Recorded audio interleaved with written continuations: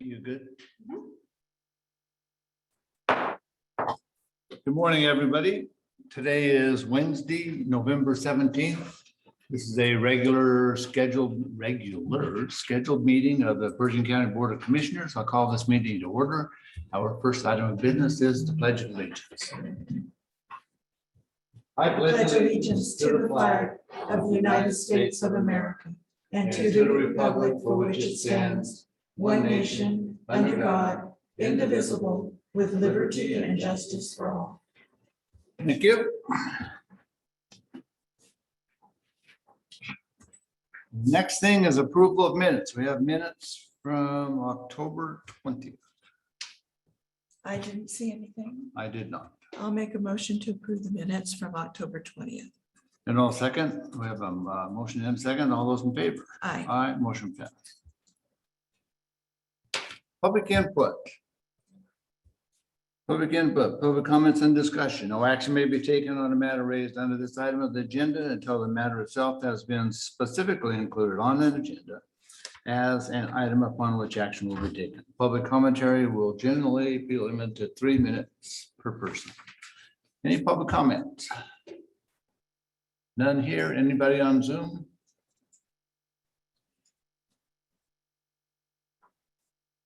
Do you have anybody on Zoom?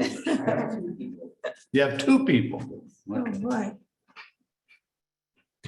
Number 3, review of all agenda items to determine if any do or do not impose a direct and significant economic burden on a business or directly restrict the formation or expansion of a business. I did not see anything. And I don't either. I'll make a motion to that effect.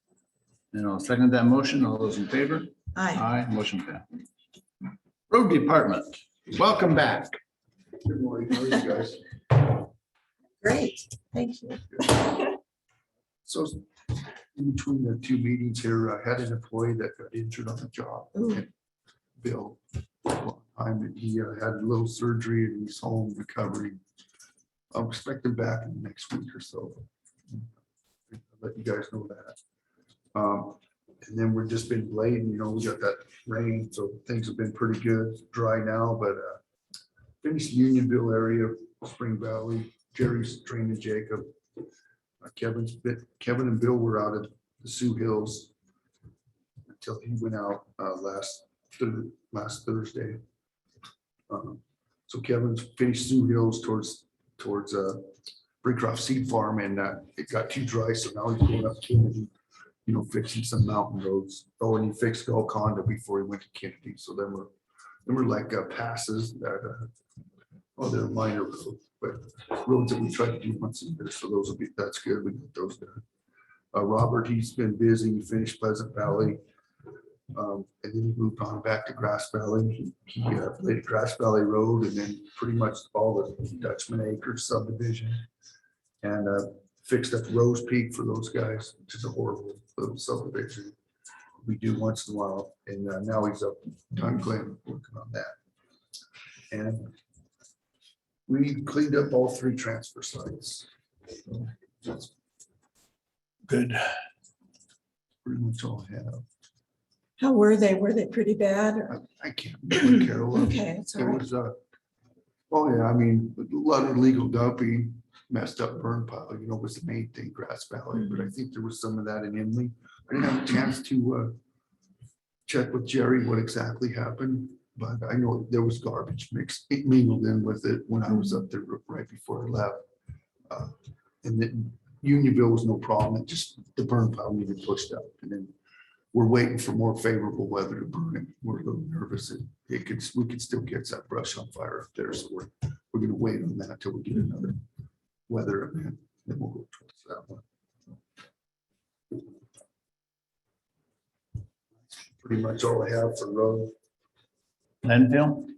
Landfill, not a lot. Stephen, he has made the move to his new area. I think that's gonna work out pretty good, so everything's right in a row there. Nobody can go wrong. They're right there monitoring it, so that's a good thing for him. But there is some more news from up there. Somehow the loader got broke. Our brand new loader is very broke. Lost a skid plate on it. Oh, which was not recognized, and then, it came off or? yeah, broke off. Yeah. Like it broke off, the bolts were broke. Yeah. So it'd been gone a while. Well, then some cable got wrapped in the drive line and tore some other things up. So it's inoperable. And when it tore off the skid plate, it cracked the case. So Oh, it's gonna be very geez. expensive repair. Yeah. So unfortunately, we haven't even got it into Cashman yet because it couldn't move it. It was waiting on parts to get it, to be able to move it. And so now we come up with a different plan. We get it drug into court today, or to Cashman today. And Wow. I'll have to let you guys know what the damage is. It's not gonna be good. It's gonna be Yeah. expensive. So that's a bummer. Nothing in there is cheap. It's a frontline piece up there. Yeah. I don't know what to say. I'm not happy about it, I'll tell you that, but you know, they've been doing a really good job. I'm letting them know that need to keep a little closer eye on things. Skid plate missing is a pretty big deal, especially when you're working in trash, so. I've heard nothing but compliments on how the landfill looks right now. So I haven't been up there personally. Yeah. But, No, I think it's doing I'll make a good. trip. Just, yeah, and then Like I said. on the recycling center, we had a truck pick up 44 cardboard bales. cool. And another truck is coming Thursday to pick up as the rest, the plastic, tin cans, aluminum cans, and hopefully the rest of the cardboard. And then there's 5 bales of cardboard. Yeah. Cool. That's nice. Yeah. There's a market for plastic again, huh? They'll take it. That's all I was concerned Yeah. about. Take it, get it out of here and get Yeah. it not in the Not in the landfill. landfill. Perfect. Yeah. I'll have to let Jennifer know we need to start doing that again. Yes, please. Yeah.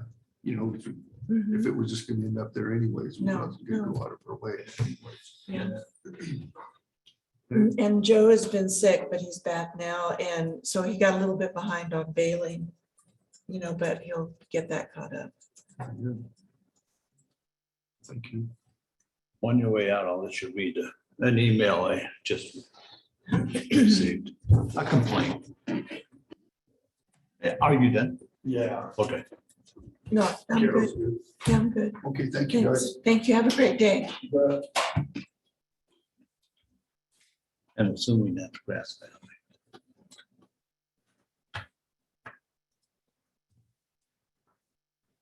Okay, buildings and grounds, John could not be here today. His report is they have been busy doing leaves after leaves after leaves, and I've watched him do that. Anyway, so they're keeping busy. Have anything else to report on that? No. Ambulance report, anybody on Zoom?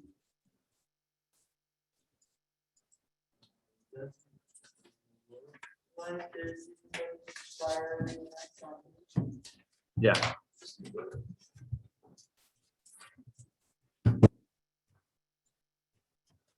Okay, so no fire departments, nobody. Not yet. They're probably thinking we're not there yet. Good. We have one where under fire inspections updates, we have the job description under safety instead of up above. But do we want to go in and you want to talk about that? Since we don't Shayla, have any fire department here. is Shayla on? Not that I've heard.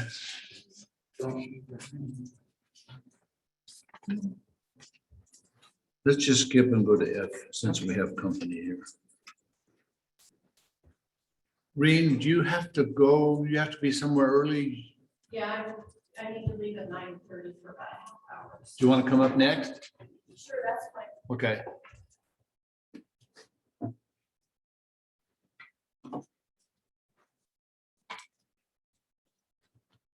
The only thing I really have is the museum grant. Oh, that's right. And it looks to me like there's a $6,150 county match on it. which unfortunately we didn't budget for. However, we did budget for a position in the museum, which we have not filled. So as long as we don't fill that position, that money could be used towards And this most grant of that match. money, from what I was given, is that math money is kicking, In kind. do it in kind, Okay. and it comes up at $28.54 an hour. And as much as that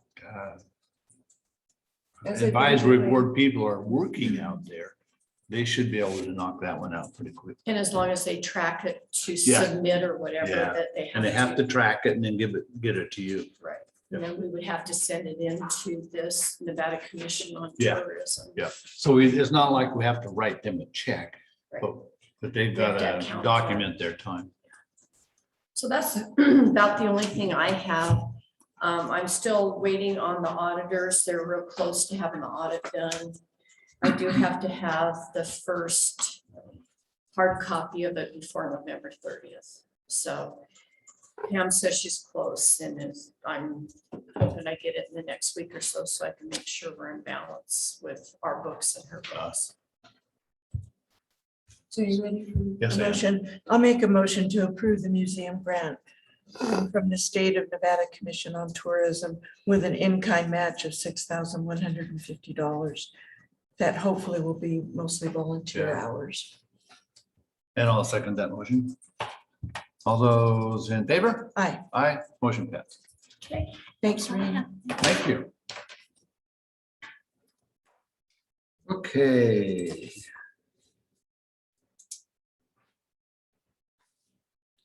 So item F is Pershing County Emergency Operations Manager is Sean on? I haven't heard from him, so I don't. So we have an update report, Desert Research Institute of Nevada Division of Environmental Protection, presentation of development, implementation, and evaluation of stakeholder-driven wildfire smoke monitoring and messaging in rural You Nevada. can move another Boy, that's chair a up, lot. that's fine. Just grab a chair and move it up. Hey, yeah, there you go. Good morning. Good morning. Good morning. Thank you for having us. Thank you.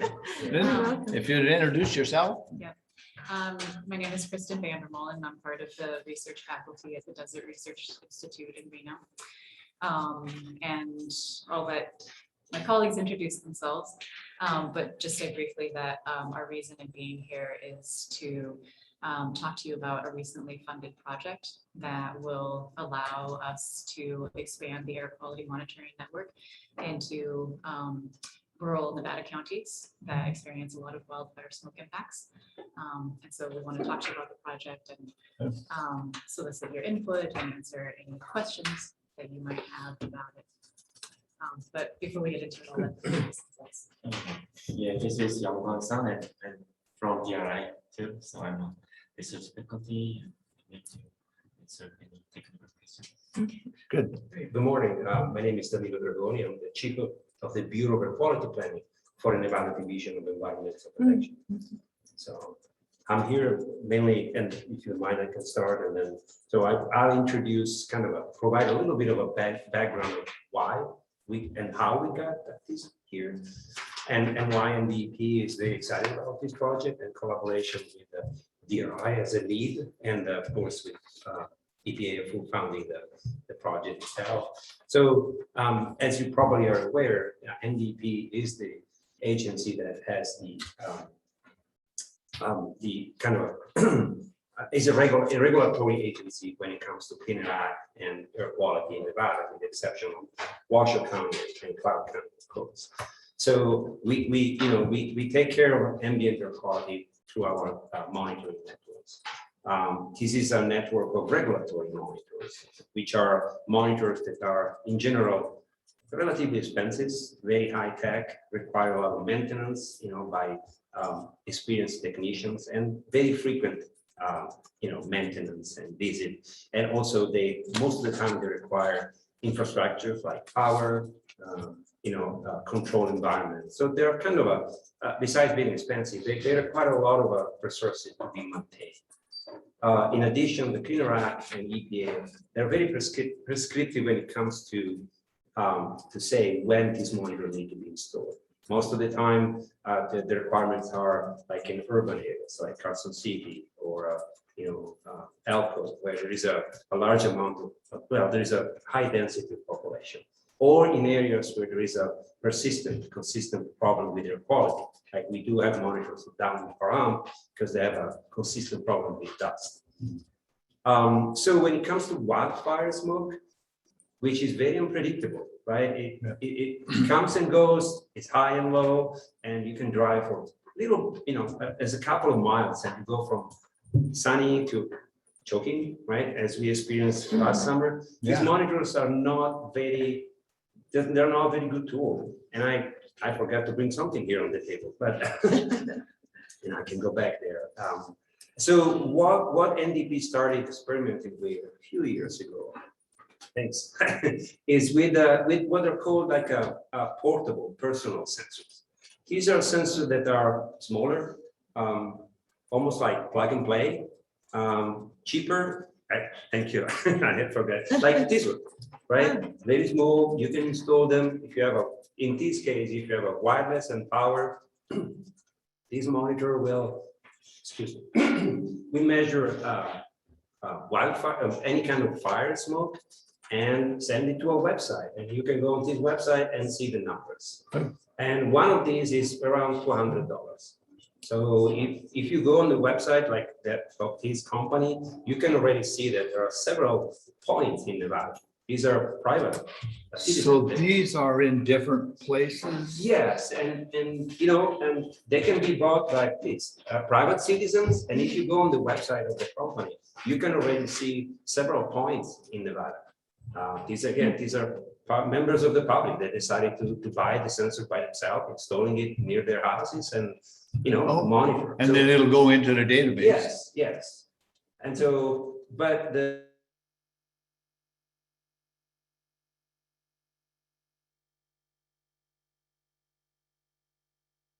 what we start doing again a couple of years ago is to kind of, testing them, seeing how they perform in Nevada. And what we realize is that maybe with some extra works, maybe some corrections, some particular care in where they can be installed, they can be usable, especially in those areas where we don't have regulatory monitors. We have smoke, and people are calling us and say, can I do football practice? Can I go out today? So it's very critical because one of the missions of NDP is to preserve and protect, public health. So what we did, again, a couple of years ago, is starting a kind of a loading program. We bought a bunch of those, and we said, we targeted school district and emergency managers, and to say, if any situation you have need for one of these monitors, we can provide you some way to kind of make them a little bit better in their accuracy, and we can loan them to you. We can send it to you, you install them, and suddenly, the dot will show up close to your school, close to your community center. And so it was pretty successful. And so then the next step was, how can we make this even better, right? And so that's where DRI and EPA came in. We through the lead of DRI, we applied for this grant with the idea to kind of improve even further the use of this sensor in rural development. And there are two main aspects. One is the technical. How can we maybe build or provide better sensors, right?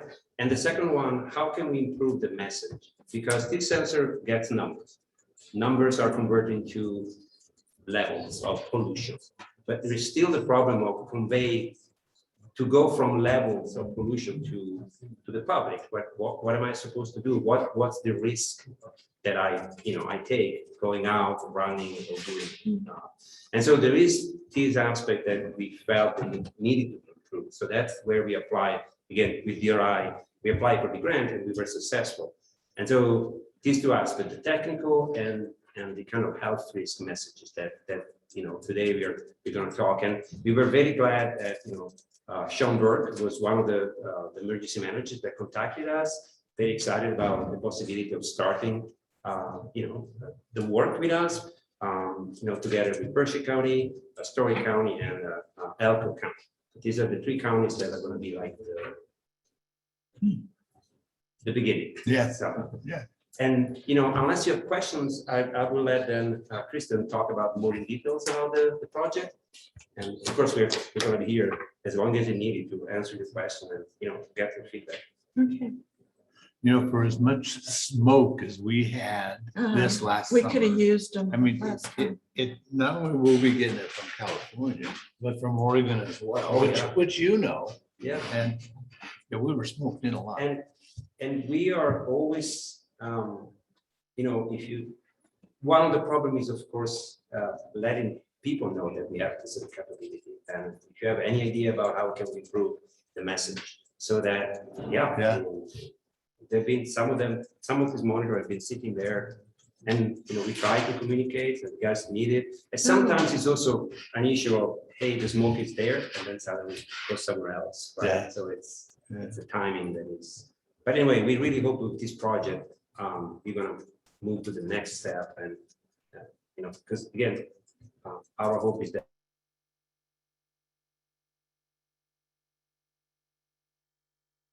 You a bit about the actual project, and it has three primary components.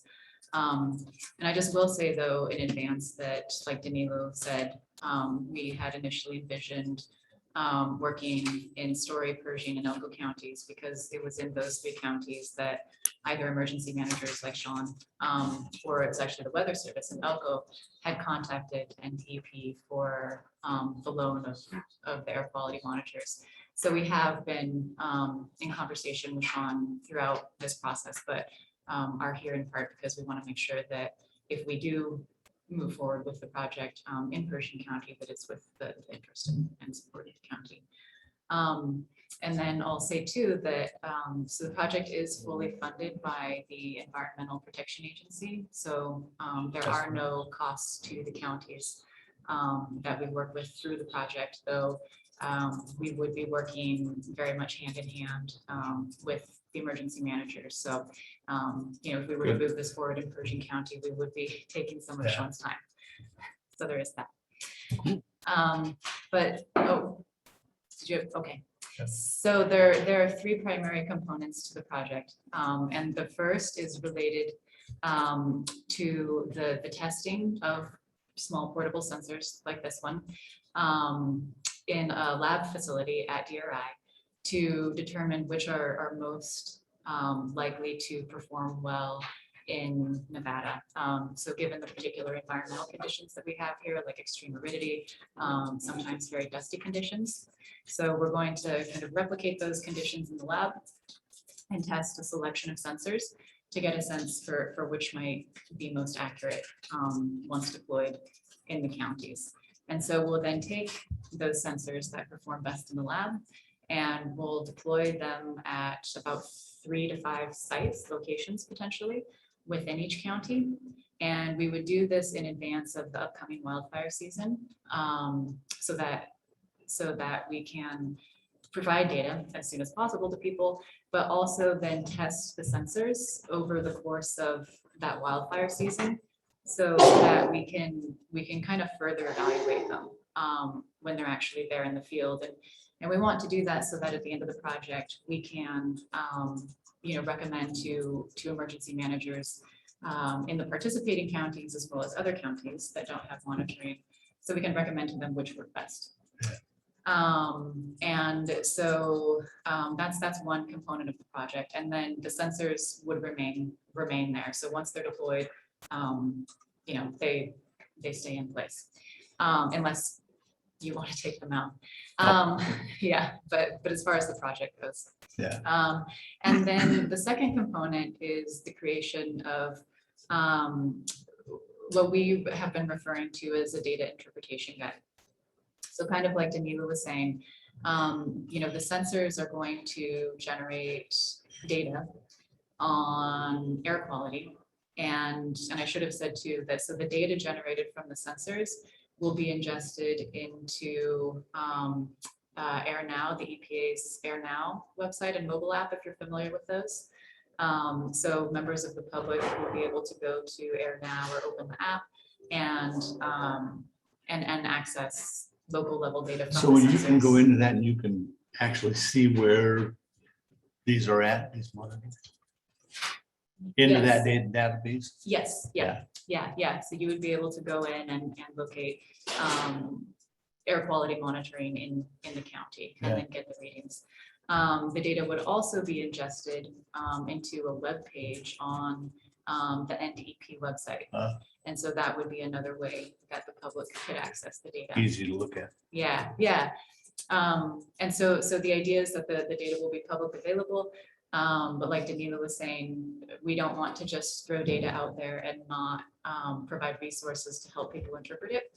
And so the idea of this data interpretation guide is that it'll be a simple document that people can reference, so that when there's a particular air quality reading that's, that shows a particular particulate matter concentration, they can look at the document and have some information associated with that reading. So information about potential health impacts and to what groups. So that guide would also be posted on the NDEP webpage in association with the data. And it would also be an electronic document that could be shared. And then the third component of the project is focused on identifying information needs with respect to wildfire smoke risk in the counties. Again, in the idea of not just kind of, providing people with data and ending it there, but providing people with data and also information that they might not have currently, but that would be helpful to have in terms of understanding what the potential risks are, and then also how to mitigate those risks. And so for that third component of the project, we would ideally like to engage with some members of the public through interviews or a survey or a combination of the two, to kind of understand what people's experiences with wildfire smoke in the county, what their concerns are, what information they do have about wildfire smoke risks and mitigation, what information they may not have, but that would be helpful to have so that people are fully informed about how to protect themselves and stay safe. And then we would take everything that we learn from engaging with the public and use it to develop a series of wildfire smoke risk education and risk communication materials. And those materials would similarly be posted to the website, so they would be accessible there.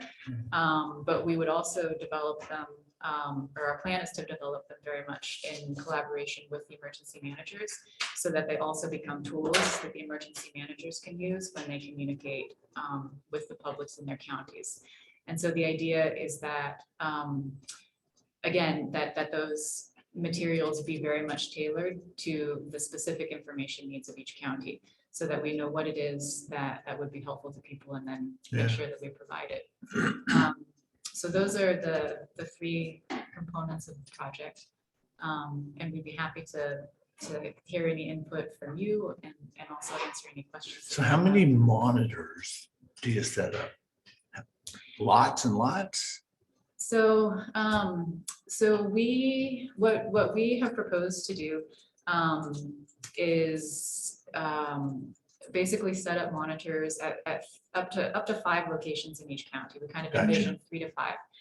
And so what we would do is work strategically with emergency managers to identify population centers that receive a lot of wildfire smoke and that might benefit from having monitors within their community. And then the actual space that the monitors would take up is about a 4 foot by 4 foot footprint. And what goes into that 4 by 4 footprint is what we just kind of call a research platform, which would have the sensors connected to it. And it would also incorporate communication technologies for data transmission, and then solar panels as an energy supply source. Over what period of time would you do that? So we would ideally have all of the sensors and the platforms installed sometime in spring, in advance of the next wildfire season. And then the sensors and all of the equipment would then kind of, it would remain in place over After time. that, Yes, yeah, so they would, yeah, they would stay in place. I'd like to see one at the airport. At the airport? Yeah. I mean, what a better place to monitor if there is actually that much smoke. It's too Yeah. bad they weren't in place this last Yeah. season. I That's- mean, it was Yeah, really bad. that's what Sean said, Yeah. that Pershing County was Yeah. just really. And that's suffering. happened before, but it was few years back too. But I mean, it's hard to say that this coming year, there may not be any smoke problems too. It'd be nice, but. Well, we don't wish that on anybody, but so how long are you going to be doing this? For a year that you're monitoring and data collection? The project itself, is it for a year or The project itself is for 2 years. 2 years? Yeah. Okay. Yeah, and that's in part because we want to evaluate everything to make sure that we're meeting local needs essentially. So like I was mentioning before, our goal is to have the sensors deployed in the counties in advance of the upcoming wildfire season.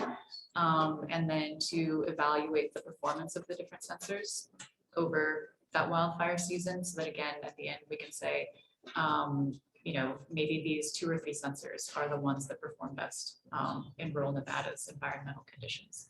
And then we would also evaluate the other materials that we're developing as well. So we would evaluate the data interpretation guide to make sure that it is understandable to people and it is serving them in the way intended. And we would also evaluate the wildfire smoke risk education and communication materials to make sure that we have understood local information needs and the education materials that we've developed do respond to them and provide people with the information that they'd like to have. We have the community centers, you know, in Lovelock, Emily, and Grass Valley. That's 3 right there. Yeah. You suggested the airport and maybe there would be another place like Rye Patch, for instance, but maybe the fire department in Rye. Yeah, so we can get work together on with that. Sean and See what he find some thinks. places. Yeah, that would be great. Yeah. So how big of a spread, like the monitors, do they just sense where they are or how far out do they sense? They usually sense where they are. Yeah, Yeah. so, I mean, that's why they need to be spread out throughout the county. And Yeah. if I may, because of that, it's also, we need to be sure that whatever they measure is representative, right? A Oh. classical example of what we don't want to do is for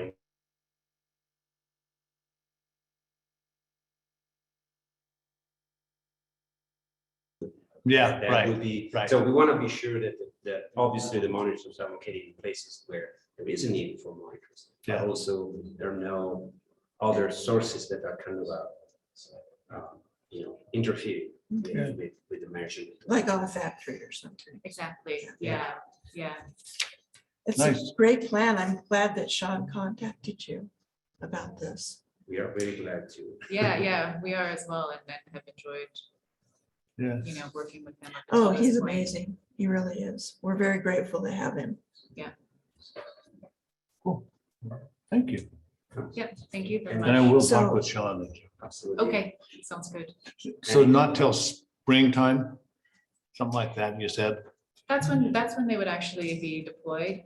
But we would throughout the entire project, we would be working with Sean and between now and springtime. we To would- identify places. To identify places, to work with him to get his input on the data interpretation guide, to have his help identifying information needs within the communities in the county. So would you like a motion to go forward with the project? It's on there for action. Sure. So I'll make a motion that we go forward with this project and thank you very much. Yes, and I'll second that motion. There's a motion and a second. All those in favor? Aye. Just Motion. two of us today. There's one missing. Thank you very much. Thank you. Very good, Thank thank you. Thanks for making the trip. Yeah. Have a safe drive back. Thank you.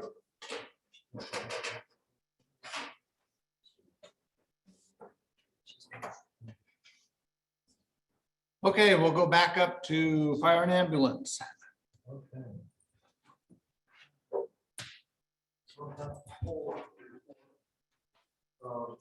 We did, as of last meeting, you guys wanted a report on calls that were in town, out of town, and the different deal.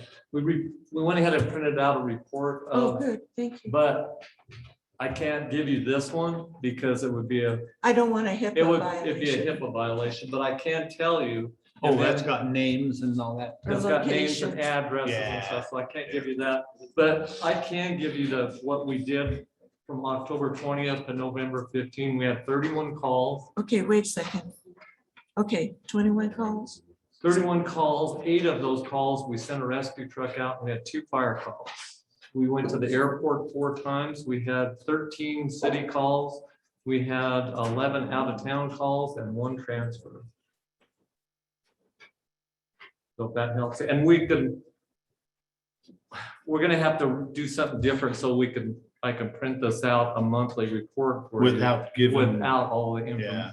Yeah. I All sent, you're gonna do is get times and dates and whether it was in town, out of town, or whatever. That's the best I can do, without getting any information out there. so what did you go to the airport for? We go to the airport for transfers. Yeah. We go out and Oh, pick up okay. the crew and bring them back in. And those are we're getting more of those now, and they're getting to be longer. So those are fixed air, Plane that flies in, yeah, because the hospital's having trouble finding beds. Yeah, so Like they're every- shipping people to Las Vegas, Idaho. to Salt Lake City, to Idaho, places where they can get them in for the COVID stuff. And I believe that we're gonna start running into more of that too. So those runs are taking about as much time as it takes to go to Reno and back. Right. So, just to let you know what's going on, and some of those, they're in any time of the day. They can be 2 o'clock in the morning or in the mid-afternoon or early days. So anyhow, so that's what's been going. That's how many calls we've done in those 26 days. This was so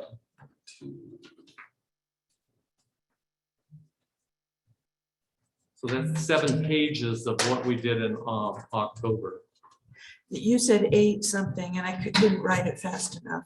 There were 2 fire calls, but right before that you said 8 something, 8. And I don't know what type of call that was. 8 of those calls that we went on, we actually rolled a rescue truck with rescue, them too. okay. So they were accidents out on where we had to send a couple more guys. Okay, And I think we had 1 call where we had sent 2 ambulances, to a bad accident. So yeah, And there's that's what's been going some on. on the highway, some really bad ones on the highway. yeah, we've had some pretty good ones. Last night we did skills checks, so we got most of those out of the way for all the guys for their recertification. They're still have a few more CEUs to get them going, and they're working on all the paperwork, that all has to be uploaded into a computer, sent to the state to recertify our guys and stuff. So the meeting before that, we did CPR. We got all of our CPR cards recertified. So that was done. Went to is there anything else on the EMS? Skills check. Fireside, went to a BLM meeting on the 6th, on Saturday, the 6th, for our annual, yeah, and they just go over what the fire season was like and what we're looking at for next year. We talked about equipment and stuff, fill out equipment lists, get it into them, and if they've got it, they'll get it. Talked about our engine for the Lovelock Fire Department. Looks like they're getting their new engines, or a bunch of them are done now. In fact, Eric went back to Florida a couple of days ago to do some testing on them. And if everything's good, then they'll be shipping them out. So it'll still be a while before we get our engines, but that's in the works. They said we will be getting that. We did have a chiefs meeting Friday, the 12th. Larry went out there with us. Me and Larry drove out by himself. Me and Mike went out a little bit early and did a re-inspection on the Chevron station up there. We'll let Mike talk about that if he wants to. Still doing training for firefighter 1 and working on the inspections. And I think that's about all I got for you for right now. Anything else, any questions? No, thank you. And thanks for the breakdown. Okay. But we'll work on that to get it. It kind of, I kind of just had to break it out and break this down. So we'll figure out a way where we can get you that. Actually, probably after you hire a person, they should be able to work on that real easy instead of. You know, at the chiefs meeting, you might want to say something about, we had actually a very good discussion on firefighter 1 Yeah. and how to get everybody involved. So what we did talk about was for some of the grants, there's certain certifications you have to have, and Mike could probably talk a little bit about that more than me about how we went about, we could go to, as the county, you can decide how you want to qualify your firefighters. And if you qualify them at a different than what the state does, we'll still qualify for the grant. Come on up, Mike. Right, Mike? So we talked about that, so we can get everybody on board with the grant. So addressing firefighter 1, I think, you know, there was a conversation about having the authorities that have the jurisdiction, whether it be the city, the county, the fire department, however that shakes out, be their own certifying agency for fire 1 and fire 2. So the state actually has a state, and they've adopted IFSAT, which is the International Fire Accreditation Program. You can do that with NFPA, following NFPA 1001. However, I think probably there's homework that needs to be done because it could affect federal grants potentially, but also potentially grants with DEM, training opportunities and grants from the State Fire Marshal's Office, or CERC. So the problem with it internally is, yes, you can do that. NFPA 1001 has several examples of checkoff sheets that you can use for JPRs, job performance requirements. The issue is who's going to adopt that, who is going to be the certifying agency, and where the sign-off spot is for the instructor proctor. You've got to have at least those certifications in your portfolio. So you must be a NFPA accredited fire service instructor, and you must have at least the certification that you're signing off on. So can you do it? Yes. But I think it was brought up to me in general discussions that maybe your insurer pool pack might want to weigh in on that, and how that could shake out by following, using the state programs. But yes, it can be done. But I think there's some homework that needs to be involved. It's not just as simple as doing it. No, they're simple. Well, I'll give you an example. We'll kind of go into the grant side of it. Is for the grant that we're going to talk about in a second. It asks how many are certified as Fire 1, how many are certified as Fire 2, how many are certified as EMR, basic EMT, advanced EMT. And the qualification to answer that question is it can be local jurisdictions, NFPA following those guidelines with the proper people signing it off, or a recognized state or federal program.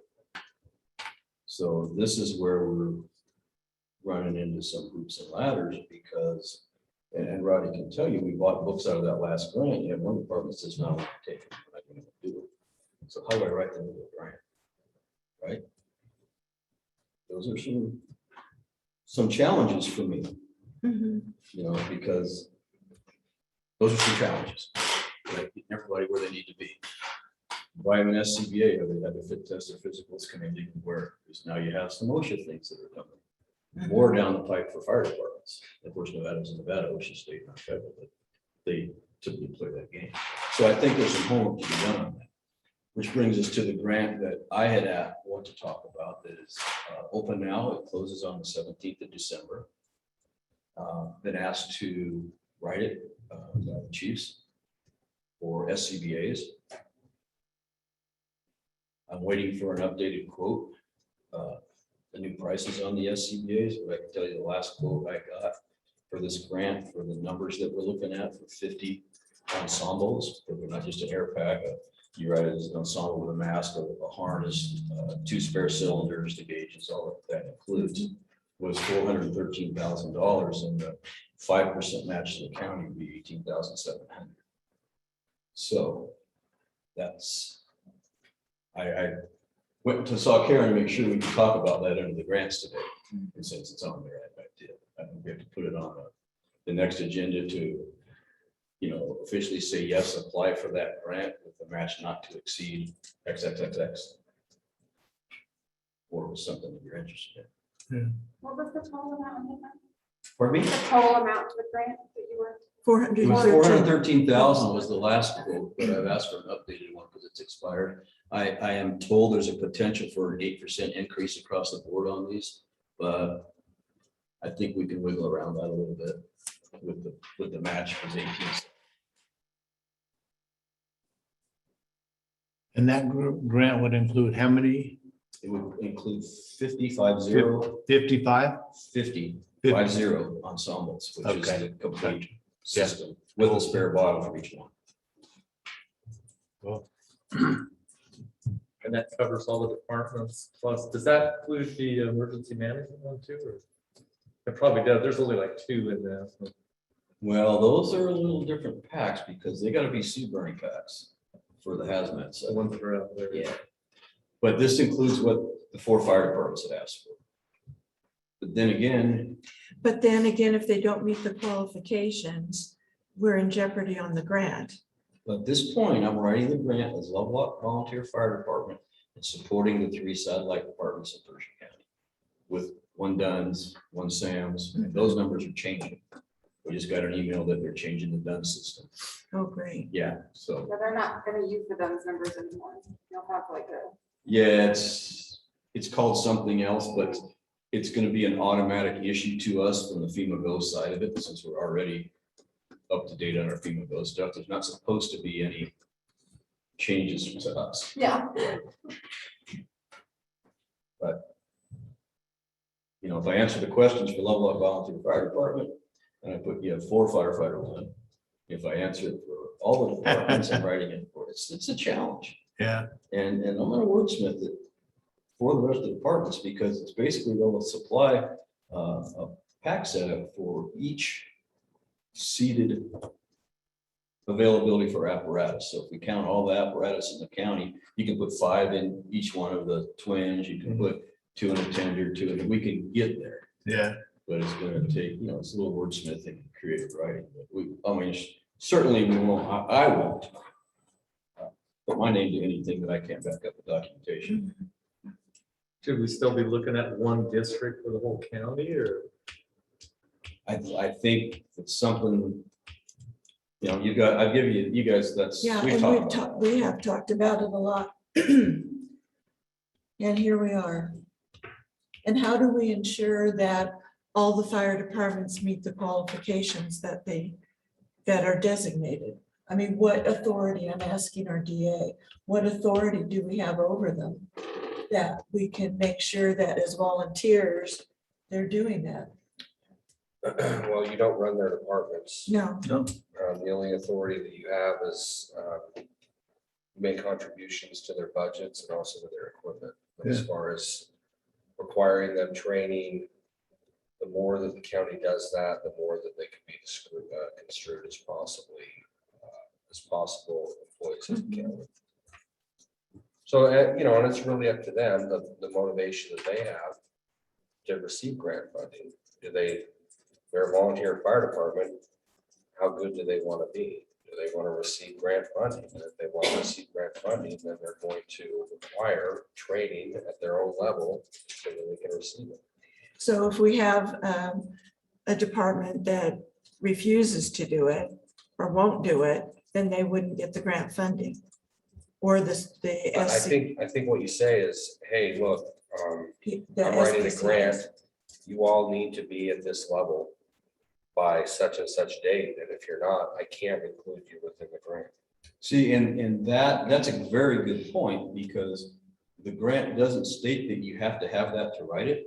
It says you have to achieve that by the end of the performance period. Mhm. So you have a little bit of wiggle room on that. But there are some other things out there. So there's a new framework for ICS, which is signed off on with the County Emergency Operations Plan. That's going to talk about ICS qualifications and what you have to have. And those are documents. And that's where your EMPG funding comes from. So, and I'm on board with what they're saying. They keep putting things on to volunteers that maybe Mhm. are a heavy lift for volunteers, but they're there. What I can do about it. Yeah, and you can't say that we meet the qualifications when we don't. Well, Right. whether you're gonna get them and not perform by the time, end of the grant, and then what do you have to pay the money back? Yeah, if you say you're doing this and you don't, and they come in with an audit, they're gonna ask for the money back. Yeah, I mean, that's how it works. Or you just don't purchase those for that department that isn't up to. And de-obligate that potential, you could do that. Mhm. Yeah, you could de-obligate certain Mhm. pieces of it. Yeah, And what a shame. That's a shame. Yeah, it is. I mean, I don't think Pershing County is the only county that's ever had this problem. but I No. mean, Most oh, no, of your counties are, or pretty much all paid departments now too, so I mean, that's a, not a lot, I don't know. or at least a portion thereof. Yeah. So I guess to back up, do we need to put this on the agenda to apply for that grant with a dollar not to exceed? So I can write it. I mean, I can write it ahead of time, but Mhm. it's gonna have to be, it's due by 5 o'clock, December 17th. right. We need to get it on the agenda for the next meeting. Yeah. So with you're gonna that, once apply we get for the quote Yes, in a not to exceed match price. yes. Because the issue with those grants now, and Blaze, you're aware of that, they're all, in this new FEMA Go system, they're all online. Mhm. So, if we put that in there not to exceed, I think we've covered what you're talking about on the grants. But I can't just print the grant, says here's what we're going to submit. Because once you punch the button and submit it, you can print out the copy. Mhm. Does that make Yeah. sense? Yep. So then we probably should talk about the safer and that potential, because it should open up maybe even by that December 17th date. So you need to put that on too. Yeah, but I need to know, again, as I said Yeah. multiple times, some type of business plan on what we want to do with that. And I have researched the last NOFO on the safer. And volunteers are kind of some rules, some things they can do, some things they can't. But what I did find is that you could put in a chief or a fire marshal and things like that as part of your rank. So my opinion is different, of course, than the chief's, but I really think that if you were to apply for the safer grant to employ at least one person to maybe oversee, be your training person for the county. And, write that grant with that budget so they can get out to all the departments and all of that entails. That might be. But then here's my question. What authority, if that was a paid employee, what authority would that person have over the volunteer? Well, the authority would be the same as the county commissioners. It would be Just the equipment, budget. it would be salaries, and it would be, we're gonna provide grant funded equipment to you, and we're gonna provide grant funded training materials to you, and if you don't have this classification training, then you don't get it. I mean, it's a carrot and a stick, but there's not a lot of authority as far No, as do this or that's- else. that yeah. everyone has. What worries But I me, think that's what they're doing nationwide, right? They're putting that carrot out there to have you go around the backside and enforce those things, because as long as the dollars, you're chasing it, then you have a reason to do it, right? Because nobody's saying that these guys aren't competent to fight a fire. No, They're just saying that if you're not, and if you go into you go into a structure and you're not a fire one and you get hurt and they do an investigation and we have a training, everybody's gonna get named, right? Plus there's a lot, Whether they, there's a lot whether of they win it or liability. not's another story.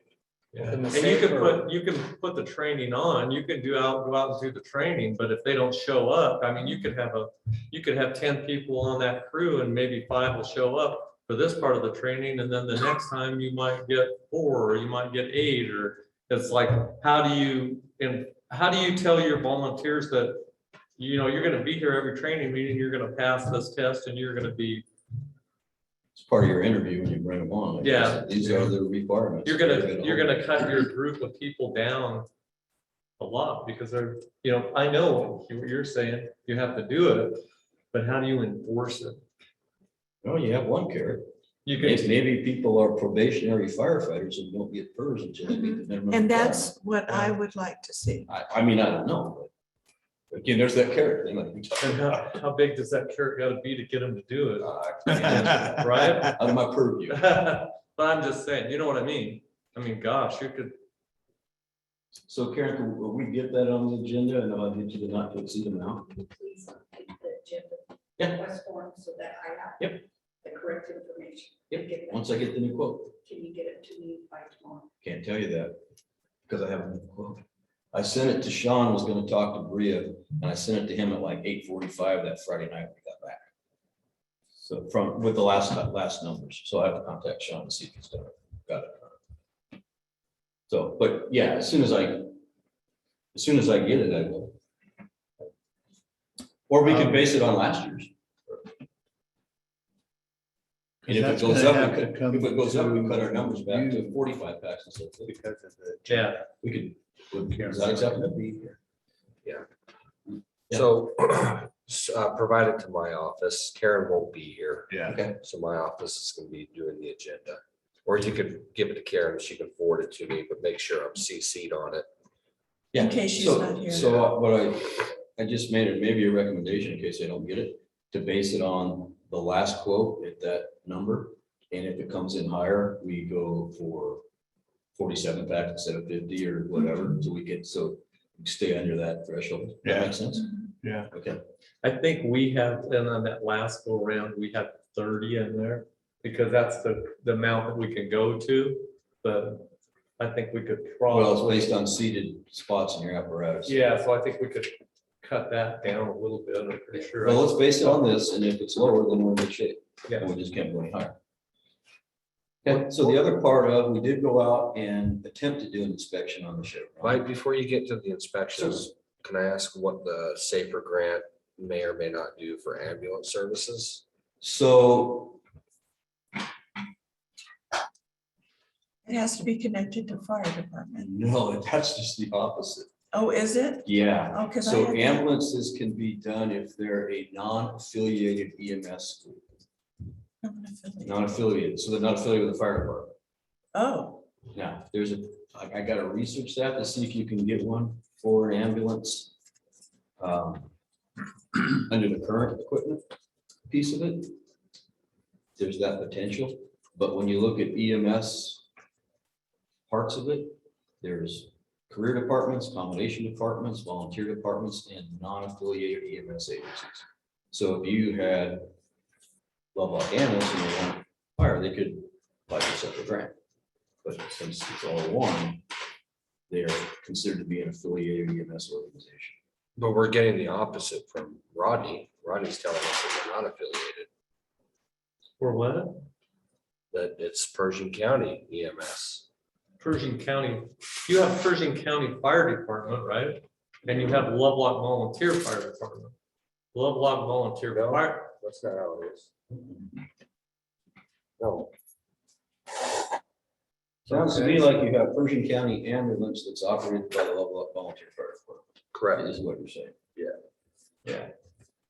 So I guess if But officially. we what could- what I've been told throughout the years is that some people just want to do fire department, right? They don't want to do EMS. And right now, there's very few who do both. Well, You either do EMS or you do fire. well, that's an internal because in, I know that's an internal, but if that's true, then, I mean, they just share the same building. Right, but right That's it. now, It doesn't the mean that they're- bylaws say you have to do both, so unless you change the bylaws and separate, right? If your bylaws say you have to do both. Yeah. So that's, if you fix that, So what you're saying is we can't apply for the SAFER grant because Pershing County EMS is affiliated under the bylaws with the Lovelock Volunteer Fire Department. not being an expert on the legal side of that, I can read the NOFO that says, and the non-affiliated to me means non-affiliated. I think if we wrote one maybe as Pershing County ambulance, and you could certainly be using another DUNS number and Sam's number for that, rather than Lovelock Volunteer Fire Department. Doesn't hurt to try, but we're gonna have to have a quick time quote on it. Yeah. Right, 'cause you're gonna have to submit that quote for an ambulance. I have no problem trying any of that. Well, I'm not talking about just an ambulance. I'm talking about, whatever it is that SAFER entails for ambulance services, for EMS services. So on the employee side, Yeah, it certainly is, if we write it the way we're currently operating, it has to be a firefighter EMT at a state or federally recognized certification level. Yes. It can't just be an EMS person. so what are the roadblocks to do that? I don't think there's any roadblocks of writing that at all. I think when you get to the point where you potentially employ that person, that, you gotta make sure they have those certifications and qualifications before they go on payroll. My opinion. To write it, it says, we want to do this, our business plan is to put 3 firefighter EMTs on our payroll, and they will operate on an A, B, and a C shift, so we always have one person on duty for 24 hours, and they're gonna do this, they're gonna run ambulance, they're gonna run fire, they're gonna set up ICS when they get on, The and business. submit that. If they approve it, then you just gotta follow it, right? And then the SAFER grant is good for how many years? I mean, So- we do it for, So this new NOFO for the equipment, SAFER has 3, or SAFER is the hiring one. AFG is the equipment. So AFG for SCBA's and potential vehicle and all that has been changed from a 1-year performance operation period to a 2-year, 24 months.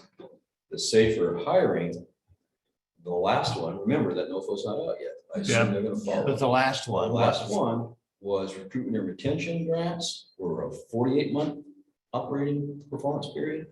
And hiring was a 36 months, so 3-year from the time you are awarded the grant, it was a 36-month. Right. Well, I think that the board should probably pursue that option under a SAFER grant.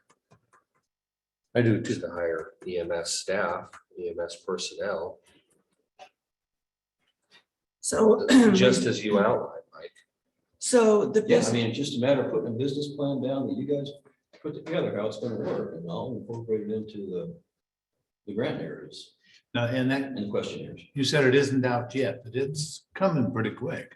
Yeah, so usually it's a 60-day, so it comes out in December, we do in February. Yeah. Right, but, a lot of departments, and I hate to say a lot of departments, but, they recommend when they send out these notices, 6 months in advance, you're putting together your quotes and your bids and your business. So when the grant comes out, you can write the darn thing. So homework is all part of this. and then how long before the grant is awarded? Typically, they're probably May or June. Okay, So, which would be really, You guys hear me? in my mind, good for you guys, because if you got it May or June, then you might not want to accept it until your next fiscal year or something. Mhm. So, I mean, that's your. so oh, Shayla, were you talking? I was trying to. Okay, My here- concern is, I think that applying for the SAFER grant would be a positive move. The only issue I have with that is how do we fund it after the money goes away?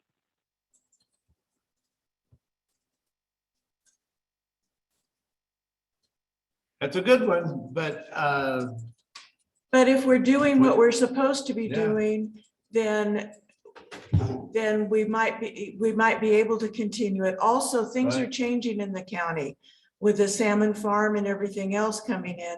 There's going to be more revenue. But that's a risk that we take. Yep. But the safer grant application would be put on the next agenda, Shayla, when you're back. Okay, So I kind of see this as getting several different irons in the fire to address the concerns that the safety committee had expressed to the commissioners to provide for EMS services in Pershing County. So we've talked about hiring an EMS coordinator, which is one iron in the fire.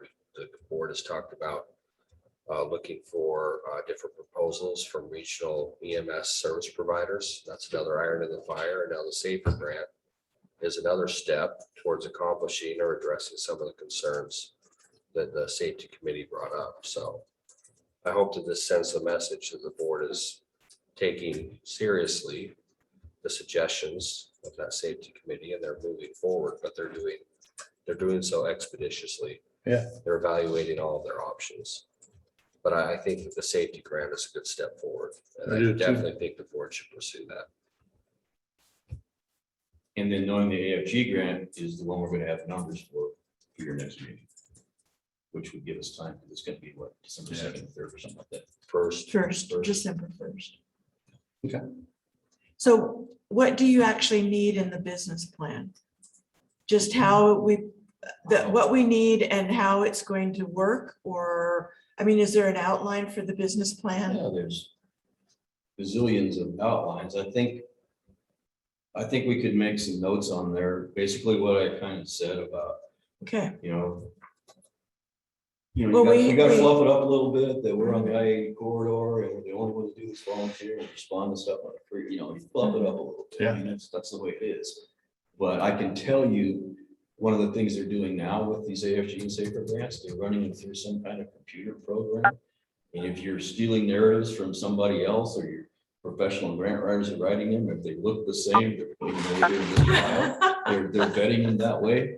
And that's the first 50%. The rest of it is peer review. So you put a little of your own personal flair into it, I guess I'm saying.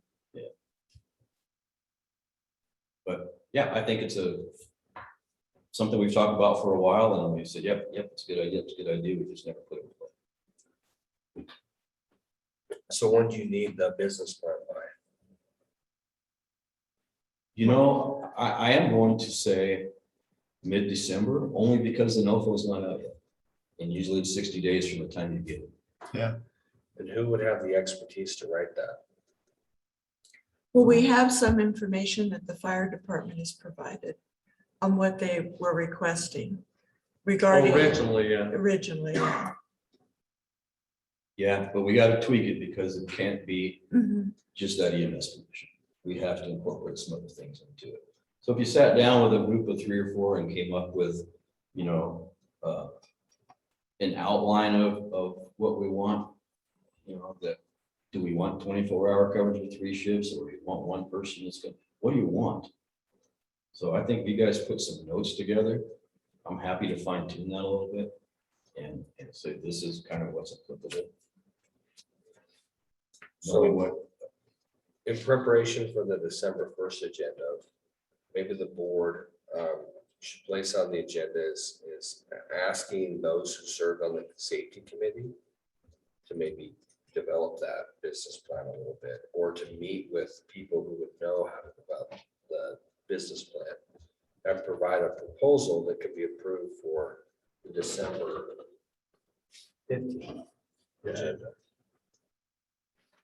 yeah, and then keep in mind that there are 2 pieces of fire that are put into statute. And one of them is NFPA 1720, which is a 1700 is an NFPA chapter, 1710 is the career side, 1720 is the volunteer side. So we must comply with the 1720, which is basically a response matrix. And then as we're training people, this is a big one because there have been some prosecutions on this one, is if you're doing anything with live fire training, you have to follow NFPA 1403, and that's written in the statute. So there's certain qualifiers for who can put on that live fire training. It really had to do with some guys that got burned without having proper people. So these are things we gotta be really, because they're watching. Because they paid some claims and the fire marshal did some investigations. So a couple of those things we have to really take a look at. So we can't have them saying, hey, we're gonna go out and burn a building and call it training if it's not properly done. Yeah. Is there anything Fullback could do to help with this? You know, any of the regulations or anything, Just any of the regulations, meaning, any of the, what we have to put a business plan together or show that the training or. you can ask them. I think the more. Well, we were just talking about the business plan for EMS, But I think we have not to, necessarily for the fire stuff. so we're talking about writing one as Pershing County ambulance, Oh, not, No, both. okay, So, then it's. yeah, but they're gonna be separate, right? Because they're different grants. Right. right. Right. So AFG is the equipment, safer is the personnel, the hiring. Okay. Right. But I kind of want to get in my head, talking EMS, if we're gonna do it under how we're operating now, it's gonna have to be that fire EMS. Correct. Okay, So then it will include fire. Right.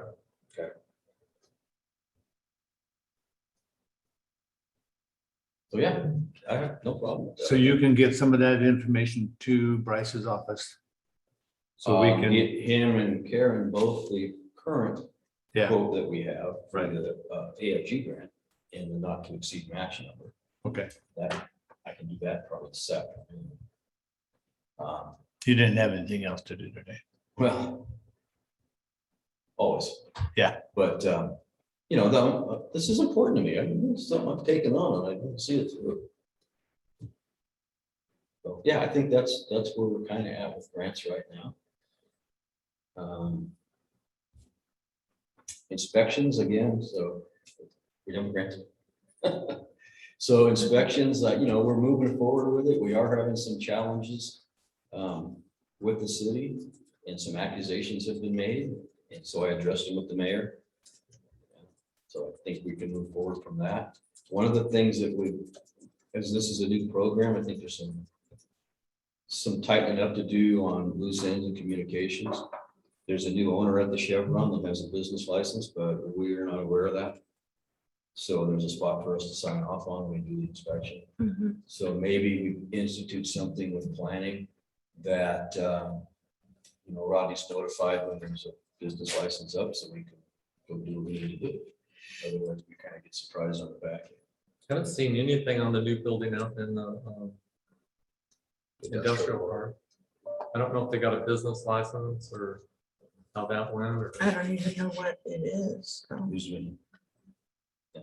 But, it'd be just really simple to have some program that he gets notified, so you can say, hey, I really want to take a look at this one. And the other piece of that, I did double check. I think the last commissioners meeting, we talked about the uniform building codes and fire codes that we're using. The 2018 has been adopted by the county. It just, the website refers to 2012. So So our that's website, just an IT thing. Yeah. And I talked to the mayor about them officially adopting those codes. So it's apples to apples. He's definitely on board with that.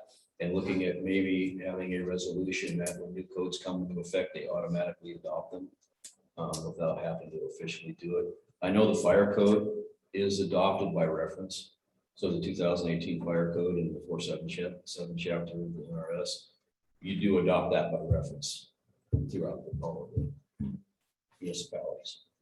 So anyway, we're trying to not butt heads and come together for a good program. Good.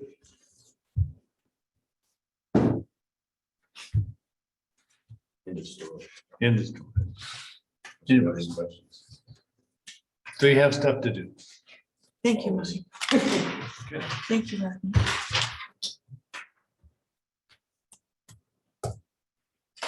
I mean, while you're here with the job description, yeah, for the emergency services position. I just have one thing on that. I think it should say emergency medical instead of emergency services, because that would cover everything. Instead of Cover emergency fire, services, Yeah, medical, so you'd want that on emergency medical service. So I looked at it and I did a whole revision to it, and I separated out the administrative responsibilities versus the EMS response. And I asked Karen to send that to you as well. That's the one we got, that I got from your office, yeah. And That was No, that you got the other day. Should have received it on Monday. yeah, and then there's one question I have is, in yours, you've got that they need to be 21 years of age or older. yeah. What is the reason for that? The reason to be 21 is that's what it takes, that's what our qualifications and our bylaws is for, our requirement for the, and, yeah. But why is that? Why do you have that?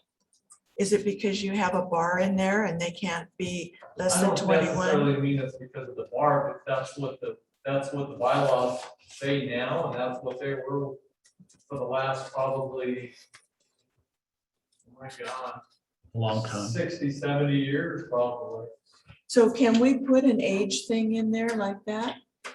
Do you Because wanna that's hire age. somebody that's- No, I'm just saying about putting an age thing in there, because isn't that age discrimination to some degree? If you could justify that there's a rational basis related to that restriction, you can place an age Okay. requirement Okay. on the particular job. I'm not saying that someone 17 or 18 or, would This have is all where the you have to do what you do. qualifications. But If this person is going to be an employee, I would not impose an age restriction. They're dealing with volunteers, so that's different. And they're not a government entity, right? Right. We're a government entity. So Correct. we cannot discriminate for age and things like that. so that's why I'm thinking it should. So on that part of that, we should take out the 21. Yeah, but I mean. I mean, it's I think it's obvious. a tempest in a teapot situation. It's gonna be a rare occasion, Rodney, when anyone under the age of 21. Very, apply for very this true. position. And it's gonna be a rare occasion when that person would probably possess the maturity necessary to actually perform all of the responsibilities. So I don't think the age is. I don't probably just take the age out of there. Yeah. And You that's have to. fine, but I'm just saying, I didn't think that. Have some people. Once you decide which job description you're going to use, it's going to be sent to Wolfpack. Wolfpack is going to review. And I believe that I picked up that language from job descriptions that Wolfpack had. I've seen stuff that Pool-Pack has reviewed that I don't agree with. So I'm not relying on Pool-Pack to vet my stuff. You don't need to be offended, Karen. It's not meant to be offensive. I'm just saying, as the county's legal counsel, I don't think that the age requirement should be in there. But I don't regardless of think, what Pool-Pack says. So we, Just this strike that. document that we did, Karen and Bryce and myself did.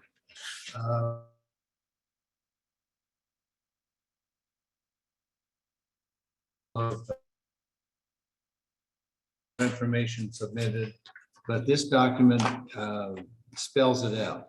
Not only does it spell it out for the EMS part, but it also spells it out about the monitoring of reports and making sure they're done.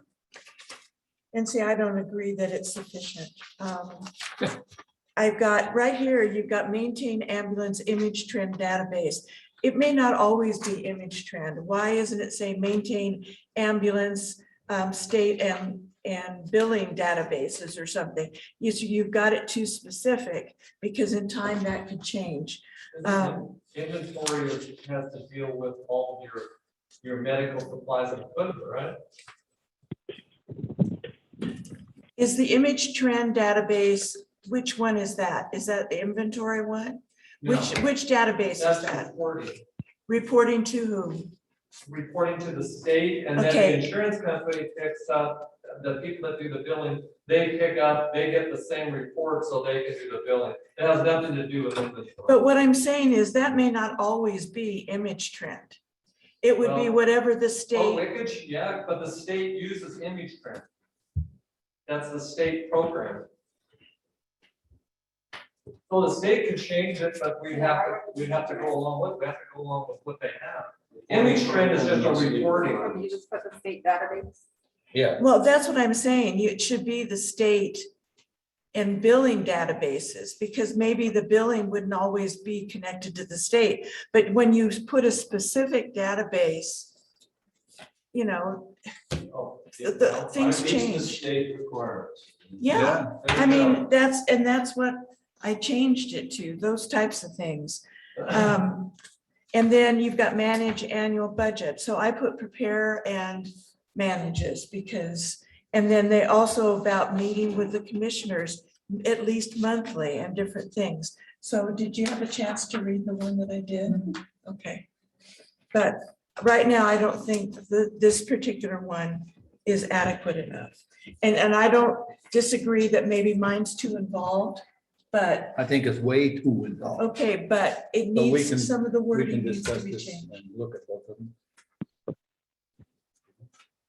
And I think some of the administrative part should be separated out or whatever, but look at it. And then there's some wording in here too that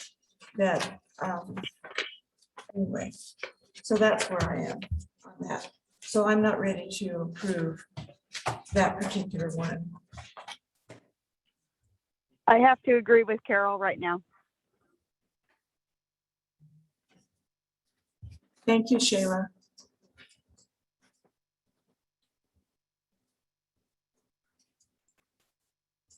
Okay, so other than that, on, still under safety department. Do have a report in there from Cheryl. I do. I gotta find it.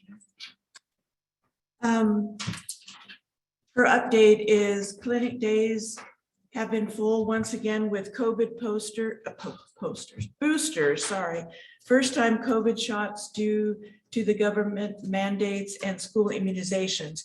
All clinics have been given the okay to start immunizing 5 years and up. We have not had any response for that as of yet.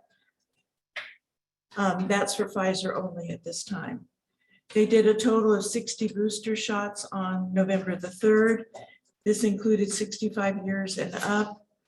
Also those with compromised immune systems. On the 17th of November, today they have a full schedule with 30 boosters scheduled. Safety, she's been getting ready for the building consultation surveys with SCATs on November the 30th. The 2 buildings that will be assessed will be the annex building and the senior center. John Hanka has Buildings and Grounds Department working on the basement of the annex building, clearing out the furniture and equipment that's not being used, also replacing tiles in the ceiling. The SCATs letter was attached to a report. Safety courses are up to date with the exception of possible hazmat training. And she's looking into that and working with Buildings and Grounds and the road department. Cemeteries are looking great. No major maintenance is needed. And she's looking forward to working with Wreaths Across America program, laying a wreath on every veteran's grave site. There are 379. And to date, we have funding for 290. So we're still trying to get funding for more wreaths. And that's from Cheryl.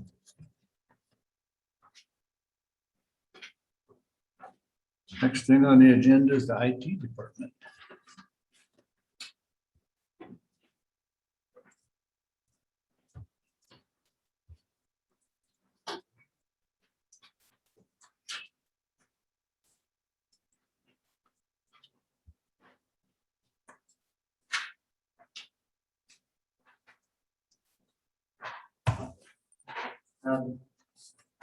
I just have a quick update.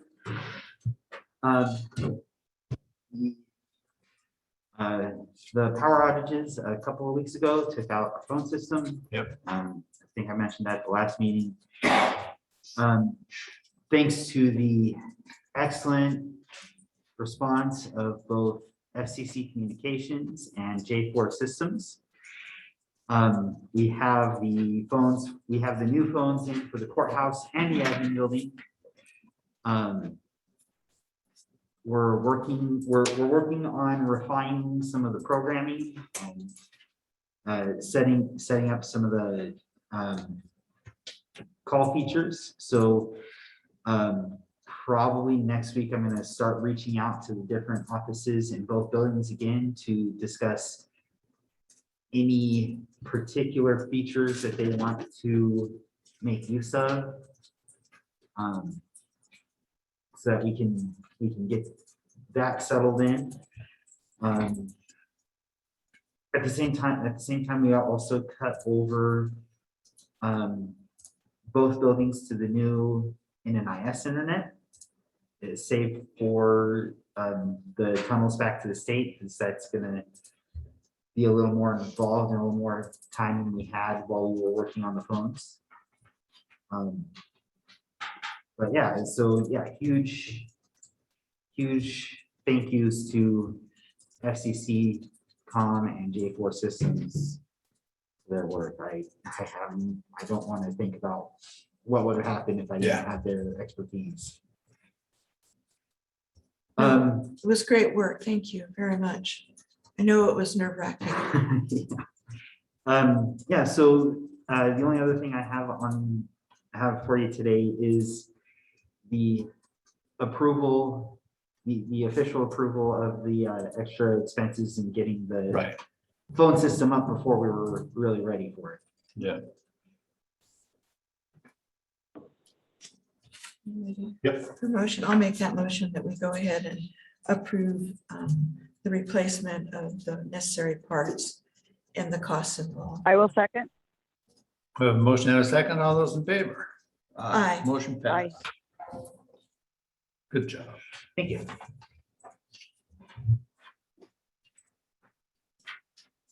Got a couple minutes before our 10 o'clock.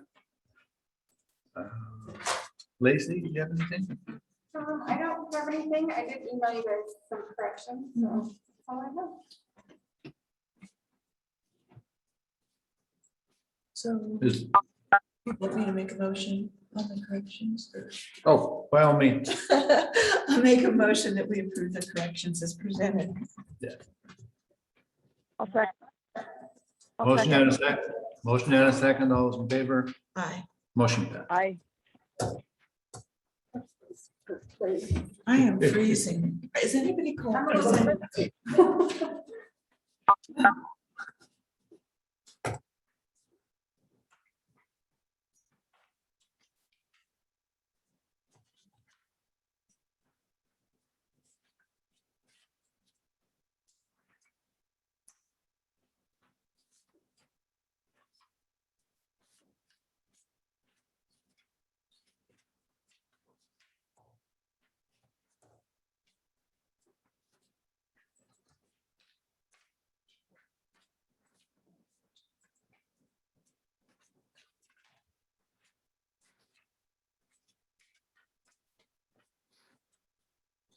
Here you go, Lisa.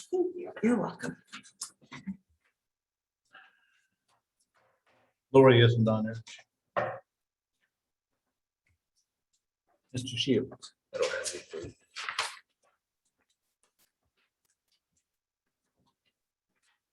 Jeff is not here. Need a couple minutes.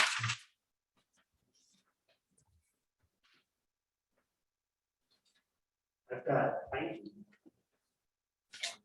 Oh, for economic development? Okay. Do you have a report, Heidi? Yes, I do.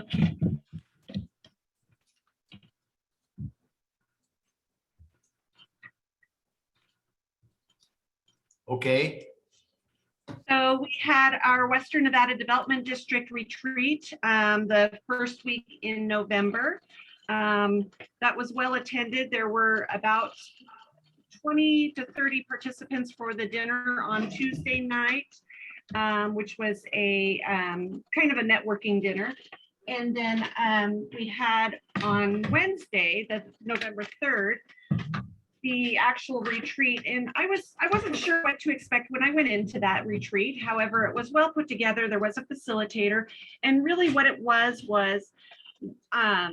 making all these new members understand what Western Nevada Development District is and what they do, how to interact as a board member with Western Nevada Development District, and then a lot of networking, and also there was a mentorship portion. So I will be mentoring a couple of new members to Western Nevada Development District. So that was it was great, and it really brought home again why Pershing County participates in WNDD. So then we also had our Nevada US 95 I-80 Futures, October 28th. And that was also well attended. We had well over 200 people RSVP for the event. And I would say we had well over 200 people in attendance for that event. The event was held at the Boys and Girls Club in Winnemucca, which is an excellent venue for that conference. We had about 25 exhibitors there. So everything from the Nevada Outdoor School to NV Energy, Hunt Propane, Core Rochester, et cetera. They all had tables there. We really stressed the networking portion of the Futures event. And I think that was well received by the people there. I know that I didn't have hardly any time to listen to the speakers because I was busy, putting people together, introducing Converse Consulting to West Coast Nevada, Salmon Nevada, there was just a lot of networking going on. Speakers from we had two keynote speakers with one was West Coast Salmon Nevada with Ralph Rung. The other was Tim Crowley from Lithium Nevada. On the Pershing County side, myself and Mayor Giles gave the economic update for Pershing County and City of Lovelock. From Humboldt County and Winnemucca, that was Jan Morrison and Dave Mendiola. Then we also had on the Pershing County side speakers from Core Rochester, Manpower, Nevada Builders Alliance, and Seven Troughs Distilling. So the kind of the highlights of the event are being dispersed in the paper through different articles. We did have the middle school from Winnemucca has a children's broadcasting crew. And so they were there for the entire event, videotaping the event and taking pictures. And so we will have that up on our website as soon as that work is all completed, probably about one more month out. So anyhow, all in all, a great event. I was following the comment cards and rating the ratings between five through 1, with 5 being the best. Almost all of the cards that I tallied had 5s. There were a handful of 4s and nothing below a 4. So I'd say we had a successful event. We are in the process of writing our Brownsfield grant, and I will bring that to you guys for approval. It's not quite ready yet. We are writing that as a partnership with Humboldt County and Winnemucca, as well as Western Nevada Development District. This time around, the grant will only be for $500,000. That's how the EPA is doing this. And then one little snafu that we have that is not really a big deal is that Western Nevada Development District cannot be the lead on this grant at this time. So it's going to have to be one of the counties, either Pershing or Humboldt. As a group, we haven't decided yet which will be the lead. But then we would contract back to Western Nevada Development District in order for them to administer the grant. So it's just a little bit of a snafu. And the reason that occurred is because we thought we had our drawdown to the 70% mark where we needed to be, but we actually hit 69% drawdown. So close. We are also, Jan and I are going to finally start up some business brunches, and this would be monthly business brunches that would rotate between the two counties. And the opportunity arose from AT&T reaching out to Jan and I saying that they wish they had sponsored our futures program. But since they weren't able to do that, is there any other opportunities? And the business brunches are something that both of us have wanted to do. I've wanted to do it for several years, just not gotten my feet up and under me to get it going. So we told AT&T, yes, we want to do these business brunches. They like the idea. They're going to sponsor these. So we are going to launch the first business brunch in March here in Pershing County. So that'll be underway. And then the last thing is that I would like to schedule for the commissioners, city council, and other interested parties, a planning meeting to work on our comprehensive economic development strategies and those projects that are on that list. So some of those projects include like the sewer lift station for the industrial park. Let's clean up our sewer problems down there. Potentially the water line to the airport, I think the Imlay water, was on there. I think the law enforcement center was on that project list. So I think it's time that we actually stop putting these items on a list and let's start making some headway on some of these projects. And if there's headway being made already, that's great. Let's just formalize it and get ready to apply for some of these EDA grants. So I did talk to Cheryl yesterday about whether or not she could facilitate the planning meeting since the SEDS is under Western Nevada Development District, and she is more than happy to do so. So that's what I've got going on. I think that's a great idea, Heidi. So we'll need to talk about scheduling that. Yep. Thank you, Heidi. Okay, thank you. Thank you. Mr. 10 o'clock.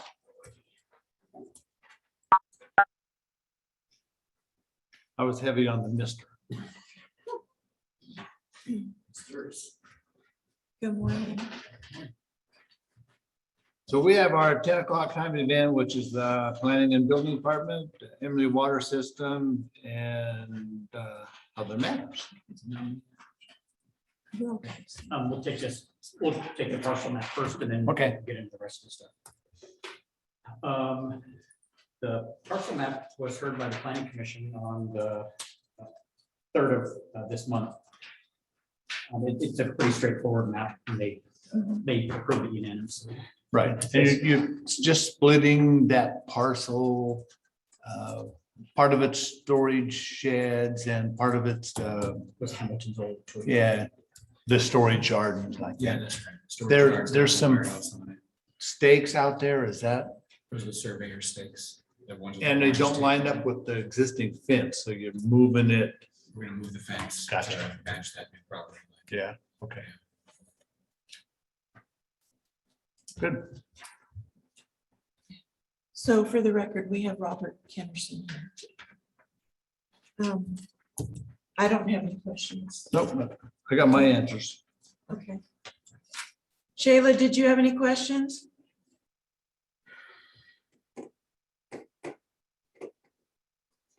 Maybe she's not. I'll go ahead and make. I have Oh. none.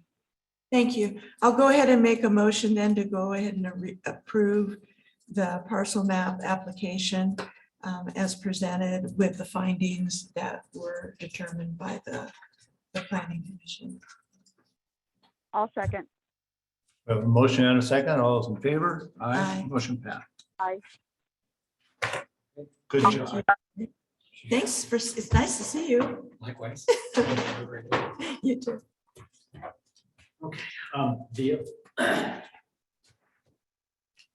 Yesterday, we had Blue Locker diving out to the Imlay water tank. And they epoxied a significant amount. They actually epoxied over 100 rust spots on the bottom of the tank. And they'll be coming out. I got to schedule another appointment for next year. Until this is resolved or we get something put up there, we're going to do our cleanings and inspections on a yearly basis instead of every other year. Mhm. So we can stay on top of it. Yeah. So they went in and did the epoxy. Yeah. Good scuba divers. Yeah. Yeah. And how long does that process take? They're They're in there probably a little over 2 hours. Yeah. Well, They take, while they're down there, they're taking video and, and also going over some of the other spots that have previously been epoxied and making sure that they're still holding up and, yeah. so. And then they give you a report on all that. Yeah, this particular one, they did they just did a video of the ones that of their overall ones they epoxy. So we have that. Yeah, okay. So we will be keeping an eye on those spots until we can get something in place. And along those lines, I've been working with Corbin from Far West Engineering, and I got well, I think we're at the point, I'm not sure how you guys want to go forward, but we're going to need probably some USDA funding or additional funding for what we want. As a result of having this asking for a new tank, it's brought up other issues. Oh, of course.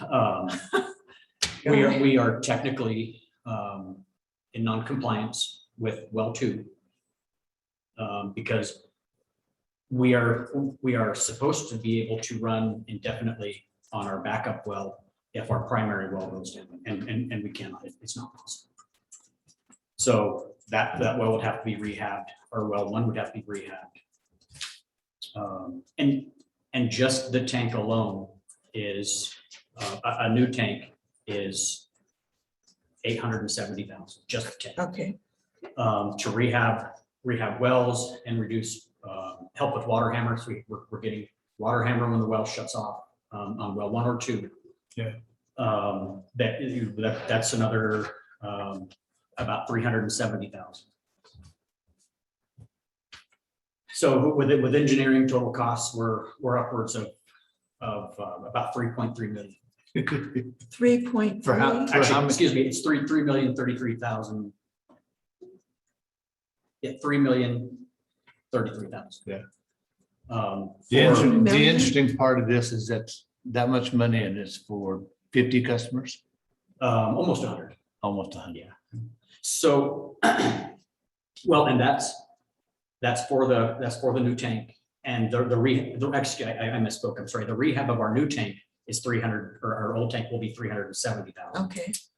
And then there's the work with the SCADA, the rehabbing of the wells. Combined though with those wells is about 270,000. Yeah. And then of course the engineering inspection. So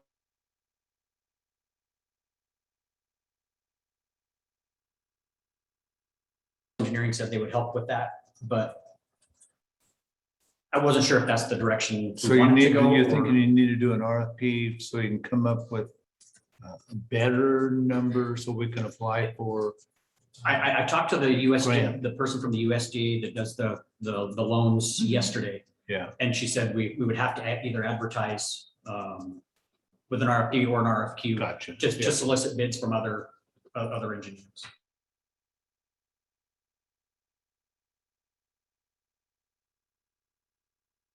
Oh, okay. And proof of proof of publication and any bids that. Okay. Have you asked about pool pack grant for doing that kind of stuff?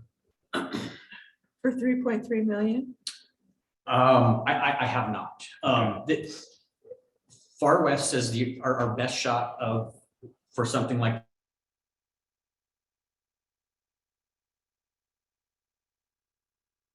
the water, if we can use that as some sort of leverage toward a loan, or we don't know what terms are. It's still very preliminary. I just don't know which direction we want to go. Okay, I was on a phone conversation with NDEP, and they have grant funding available for water, but it has to include job growth. So, I mean, if we were to expand the water system so more and more people could live out there, you know, because the salmon farm coming in or something like that, we might be able to work something like that. But we have to show job creation as a result. That was a direction that Far West was trying to maybe tweak it, but they weren't exactly sure. I would think that's very well good. I mean, yeah, but we have to show that, so I'm not quite sure I mean, we'd have to talk about that. Yeah, and I don't know, I've said it. That, those are things, and actually, it's not just USDA, so they would look at other avenues of funding. And then the So- new infrastructure bill too. Yeah. I don't know what's gonna come out with that. Yeah, he said that for projects like this, they would rather loan or do something for projects like this than a lot of other projects. So these ones are almost projects like this are almost a top priority For USDA. for USDA and the state revolving fund. And of course, we would rather see grant opportunity rather than USDA. Because the If possible, whichever direction we have to go. But I guess what do we want to do? Do we want to? We want to do it, this, but we or- want somebody to pay for it. Yeah. Not us. Yeah, agreed. That's the easiest way to say it. Yeah, so the Far West will help with preparing the RFP and the RFQ and getting out, if that's the direction we want to go. And if this is what we want to do.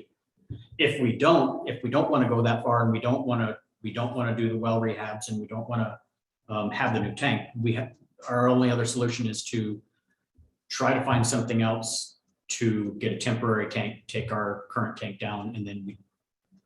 And we rehab talked that. about So a decision that requires so much detailed discussion. And needs that's to be on the agenda. Yeah, and I was pretty much going that direction, that we should probably agendize so we can have this additional discussion. But time is running out though for the loans. The deadline is February 15th. They have to be, and the cutoff is April. And as another condition to submit for the grants is you have to have a preliminary engineering report. So, and that Far West said with the February deadline and then plus there's the 45-day review process, they're cutting it, that's cutting it pretty close.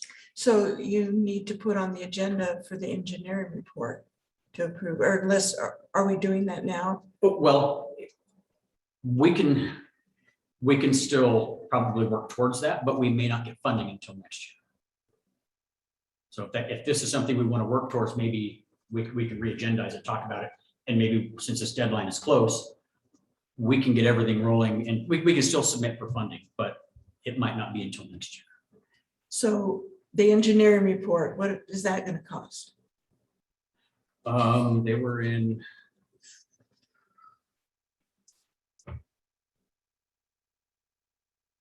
But you'll have to put all this on the next agenda.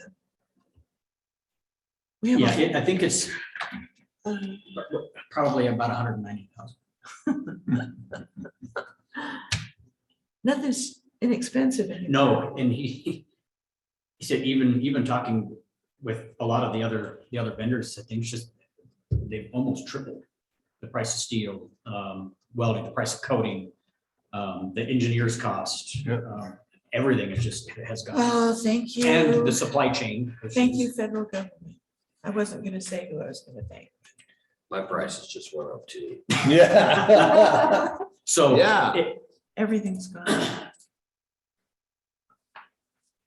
I will email Corbin back and let him know that we had this discussion and we'll put it on, we'll do it on the agenda for December 1st to, and Bryce, so I can get the right wording to Karen. Is there something specific that we need to put on, or is it just a general discussion about this, or? Whatever you need approved. Okay. All right, so I'll get with Far West and see exactly what they're approving and get their cost if we're moving forward to prepare the preliminary engineering report for us. You know, the bad And part, the RFP or even RFQ. with applying for grants, we're gonna have to have something like that to come up with costs. Mhm. Yeah. And then- And they have their costs, I mean, that they Yeah. printed, but it's, And I mean, what can the customers bear too? That's the other thing. You know, we have rates that some of it's got to be passed on. So what's the alternative? The alternative is we would have to probably find a temporary, a company to put in a temporary tank. Get that up and running, and then take our old tank down. Do the rehab, get it back up, and then get the old tank out. But we're still in that same boat of I guess probably non-compliance with our well too. And not being able to run it. I mean, but that's still, it's a cost, but it's not $3 million cost. So if we wanted to go a different route, I mean, I'm certainly open to anything. I guess the long and short is It's gonna cost us no matter it's gonna what. cost, but our current tank, something has to happen with it. It's gonna have to be fixed. I think on the agenda, that option ought to be available to the board as well to explore. I mean, it's either $3.3 million. There's got to be something else that maybe they could look at. Yeah, and there are, and actually, we discussed that, but and that's certainly an option. We can have that and not go, but so, yeah, I'll get with them and see if they can put together something for a temporary, and then plus we have the current tank, and try to fix maybe some of the other issues that aren't going to cost so much. You need to make sure that you also copy Bryce, because his office is gonna be putting out the agenda For the for the next meeting. Oh, okay. Okay. So, did you want to email to Abby or Lynn? Just email it to Karen. Oh, she'll get it And to then CC Abby. Oh, all right. Actually, CC Lynn. Lynn, okay.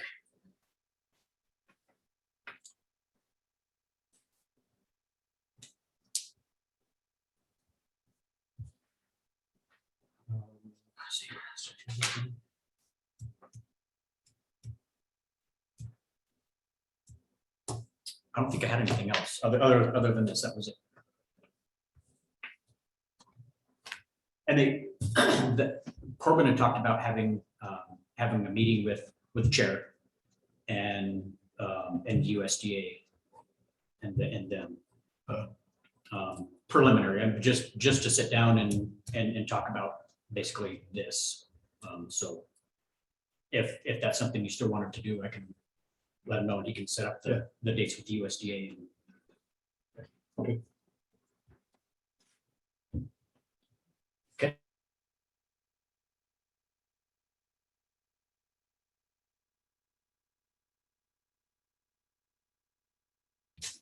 There was some discussion about a possible hiring employee for cooperative. So we've had quite a bit of correspondence that's between Cooperative Extension, Steve's office, and UNR. And Karen, you got the last one. Was it Holly?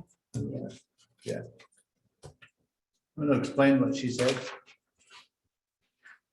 Basically, what she said is, UNR hires, county ends up, we pay for it. And they don't see anything like that happening in a short time frame. Is that what they said? That's about the gist of it, isn't it? Yeah, they didn't expect to have anything before the first of the year, is what I get. So it's But kind they of, did in correspondence with her too, so you can update the board with what you talked to her about.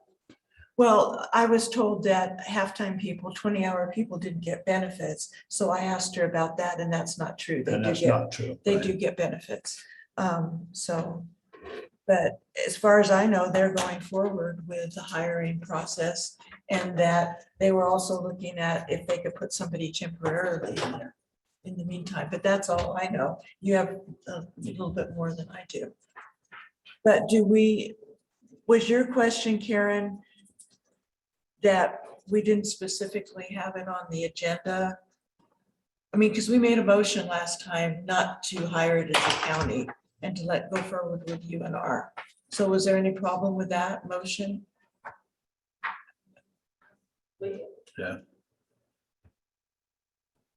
Sorry, what? So last time what we had on our agenda was about hiring the administrative clerk for cooperative extension. I made a motion that we not hire it as a county position, but let it go forward as UNR. And so I think Karen was wondering if that was okay under that last agenda wording, or if it needed to be worded specifically. This way. No, if, so you have an agenda item that's worded a specific way. Mhm. Your motion was opposite of the way that it was agenda, Mhm. right? So agendized, so no, that's fine. Okay, I think that was the only question. So we're good, we don't need to make. But I another think motion. the issue is, they wanted to revisit, I think that Larry wanted to revisit whether the county should move forward on this position and advertise and actually do the hiring process in lieu of UNR, because it sounds like UNR is not going to be moving on this anytime soon. And they are not. Well, And their based upon process takes longer. Right, It's not that they're not moving on it, it takes longer. okay, well, it takes longer, but I don't know if they've done any movement on it. It does not indicate that they haven't done anything. But I mean, my thing is, we have an employee that's going to retire. If you leave it to UNR, they will have nobody there, not only to fill that job after this employee retires, but no training for anybody. So the hope was to get somebody into that position so that Yes. they could be trained by the people who are currently there. That's my thought and my intent.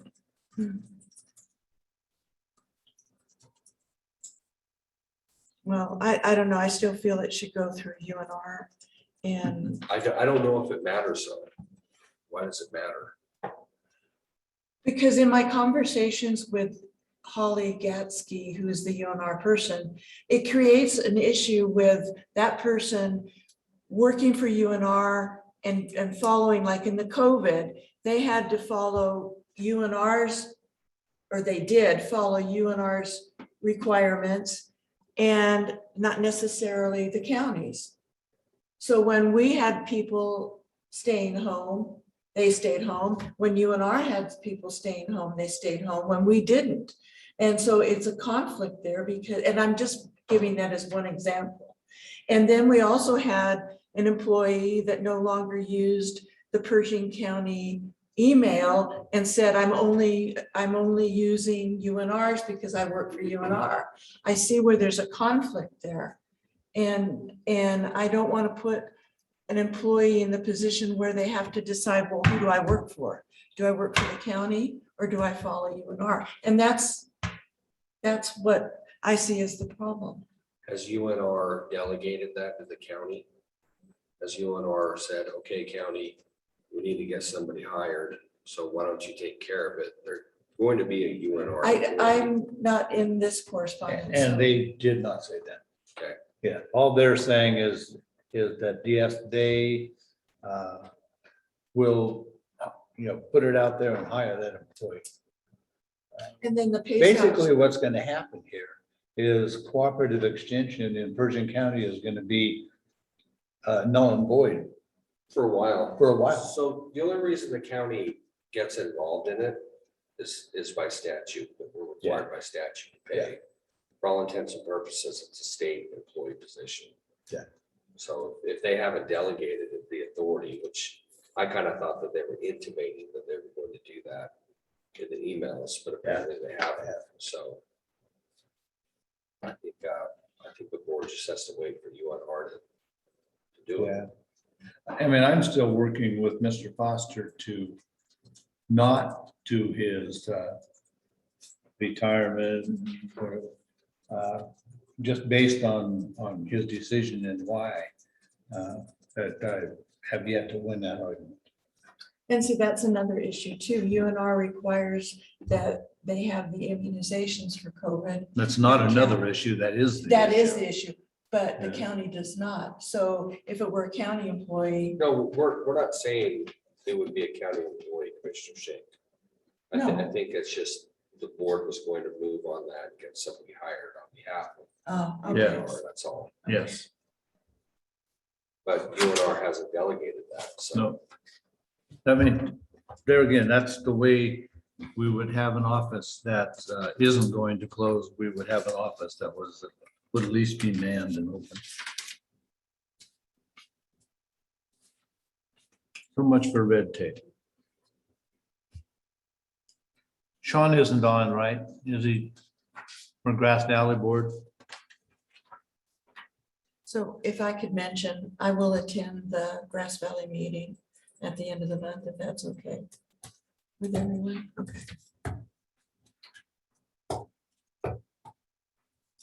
No. So we really don't have a Grass Valley Board.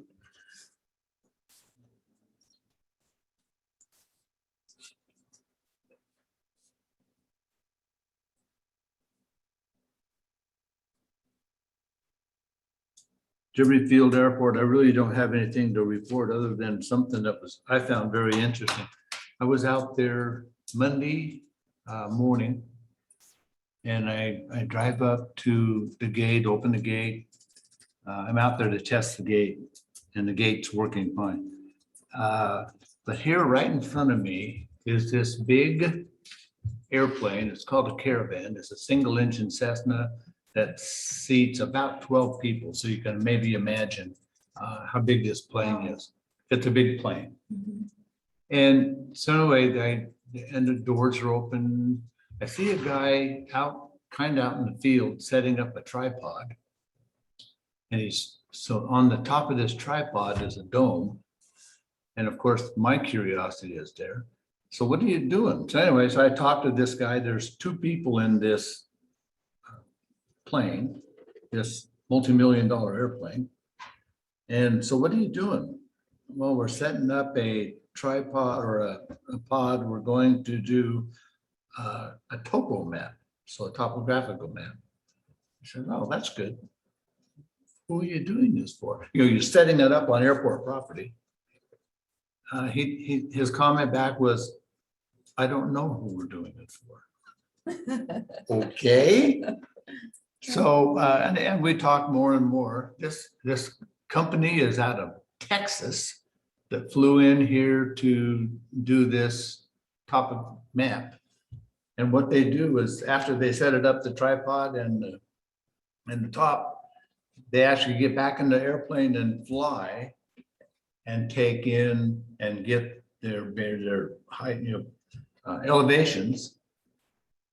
So right away, my interest says, so who can pay for that? You fly in here from Texas to do a map. Got to be the Navy. Yeah, I mean, that's the only one around here that's doing anything like that. He said they do a lot of work, they do a lot of government work, and they do wind farms and solar farms. There's no solar farm or wind farm going out there. Got to be the Navy. And they spent a bunch of money to bring two people in here on an airplane just to do an aerial map. Of course, I was enthused with the Did they offer to give you a ride? in the No, air? they didn't. Oh, sounds. Okay, moving on. Update for emergency management. I don't have anything. Litigation? Nope, Report from legal counsel. I don't have one. Administrative assistant. Yesterday, Neil Fridas pulled back came out and did our HR assessment, which they go over our job descriptions, our personnel files, our recruitment, employee application, our personnel rules. Once he has completed the assessment, he will submit it for review by the board. Very nice guy, knowledgeable guy. That's it? Yeah. Correspondence? None. Report items for future agendas. We've already talked about a couple. The fire department's going to get some stuff, as well as planning department. Anything else? Anything else, Shayla? I don't have anything. I don't have anything. So we're on to board discussions. Do you have anything to report? Other than the The weather, weather, other than the weather. the weather and the blue. The weather's beautiful. The Blue Angels are flying today, so it may get noisy. I did attend the Central Nevada Water meeting. There really wasn't much going on. There's an issue in Nye County that is kind of concerning the local water district, and all of the board members have resigned, and I'm waiting to hear more on what's going on. It's over lithium. I think they said a lithium mine. So as soon as I hear more, I will keep you updated. Other than that, the weather's beautiful, and I'm sitting outside watching the angels fly. Okay. I don't really have anything other than Heidi had mentioned the meeting that we need to have. And so I don't know if we want to schedule that after like our December 1st meeting, like in the afternoon, or what the board wants to do, but it's going to take some time. And then also whether Cheryl's available, from WNDD to facilitate. But we need to talk about that in a lot of detail. And then we also need to, and we're gonna put on our regular agenda talking about what we plan on doing with the ambulance and the fire district and all that for December 1st, because that's going to be a long discussion as well. In terms of what? Well, we have to give them, we have a lot of proposals out there, so we need to talk about that. And we've talked about whether or not we should form as a commission some districts. And we don't really discuss, we've talked about it before, but we don't really come to a decision one way or the other. And then my other I question think we is, did come to a decision that we couldn't do a fire district because of where the separate departments are.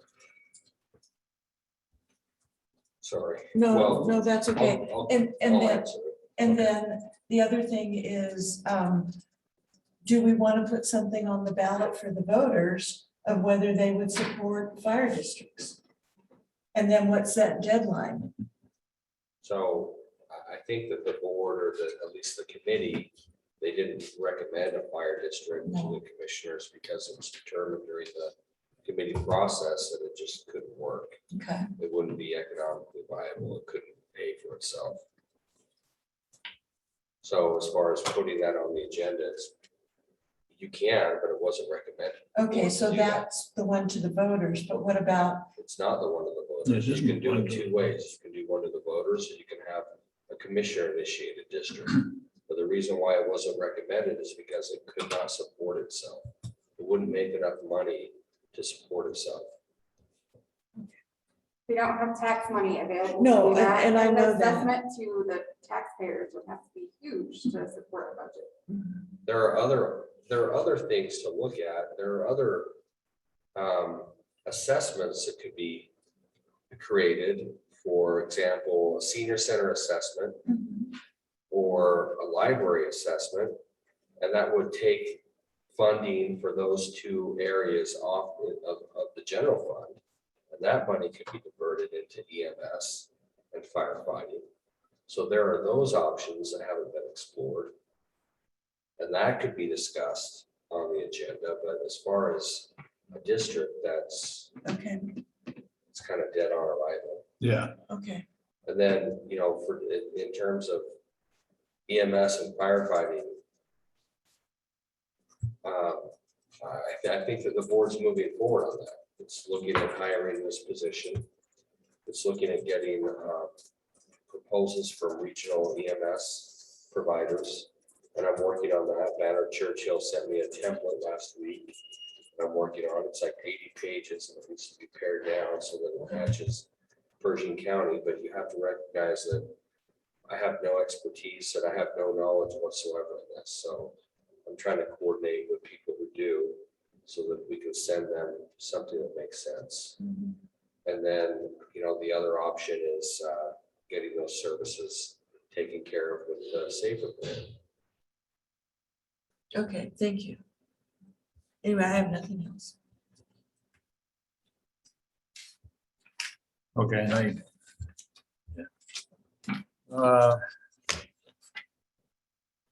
The only thing I really, TV board, I talked a little bit a while back about getting propane. Actually, a propane truck is up there today filling the tank, so we'll have a bill on propane in the near future.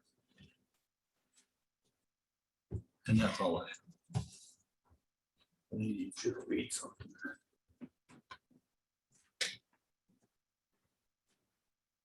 What we do vouchers, I guess. This just came in. Looking for just a signature. It's not a grant. Yes, I want you It's just to this. look at it. Okay. If you have that thing Okay. against me signing it.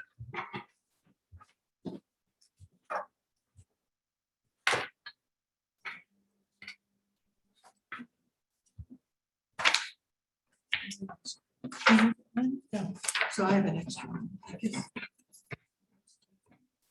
Okay, so let's make one step here first. Public input. Public comment and discussion. No action may be taken on a matter raised under this item of the agenda until the matter itself has been specifically included on that agenda as an item upon which action will be taken.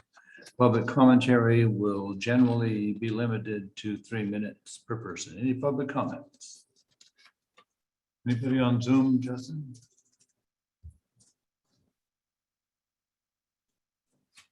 Okay, the next item on the agenda is approval of vouchers. So then by signing it says that you have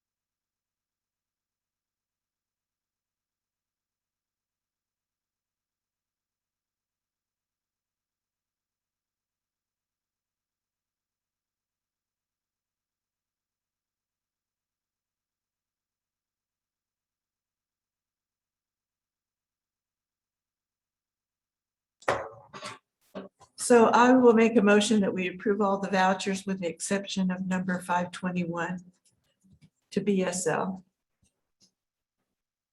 I'll second. We have a motion and a second. All those in favor? Aye.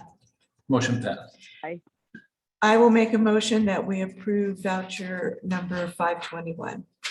I'll second that motion. Abstain. We have a motion and a second. All those in favor? Aye. Aye.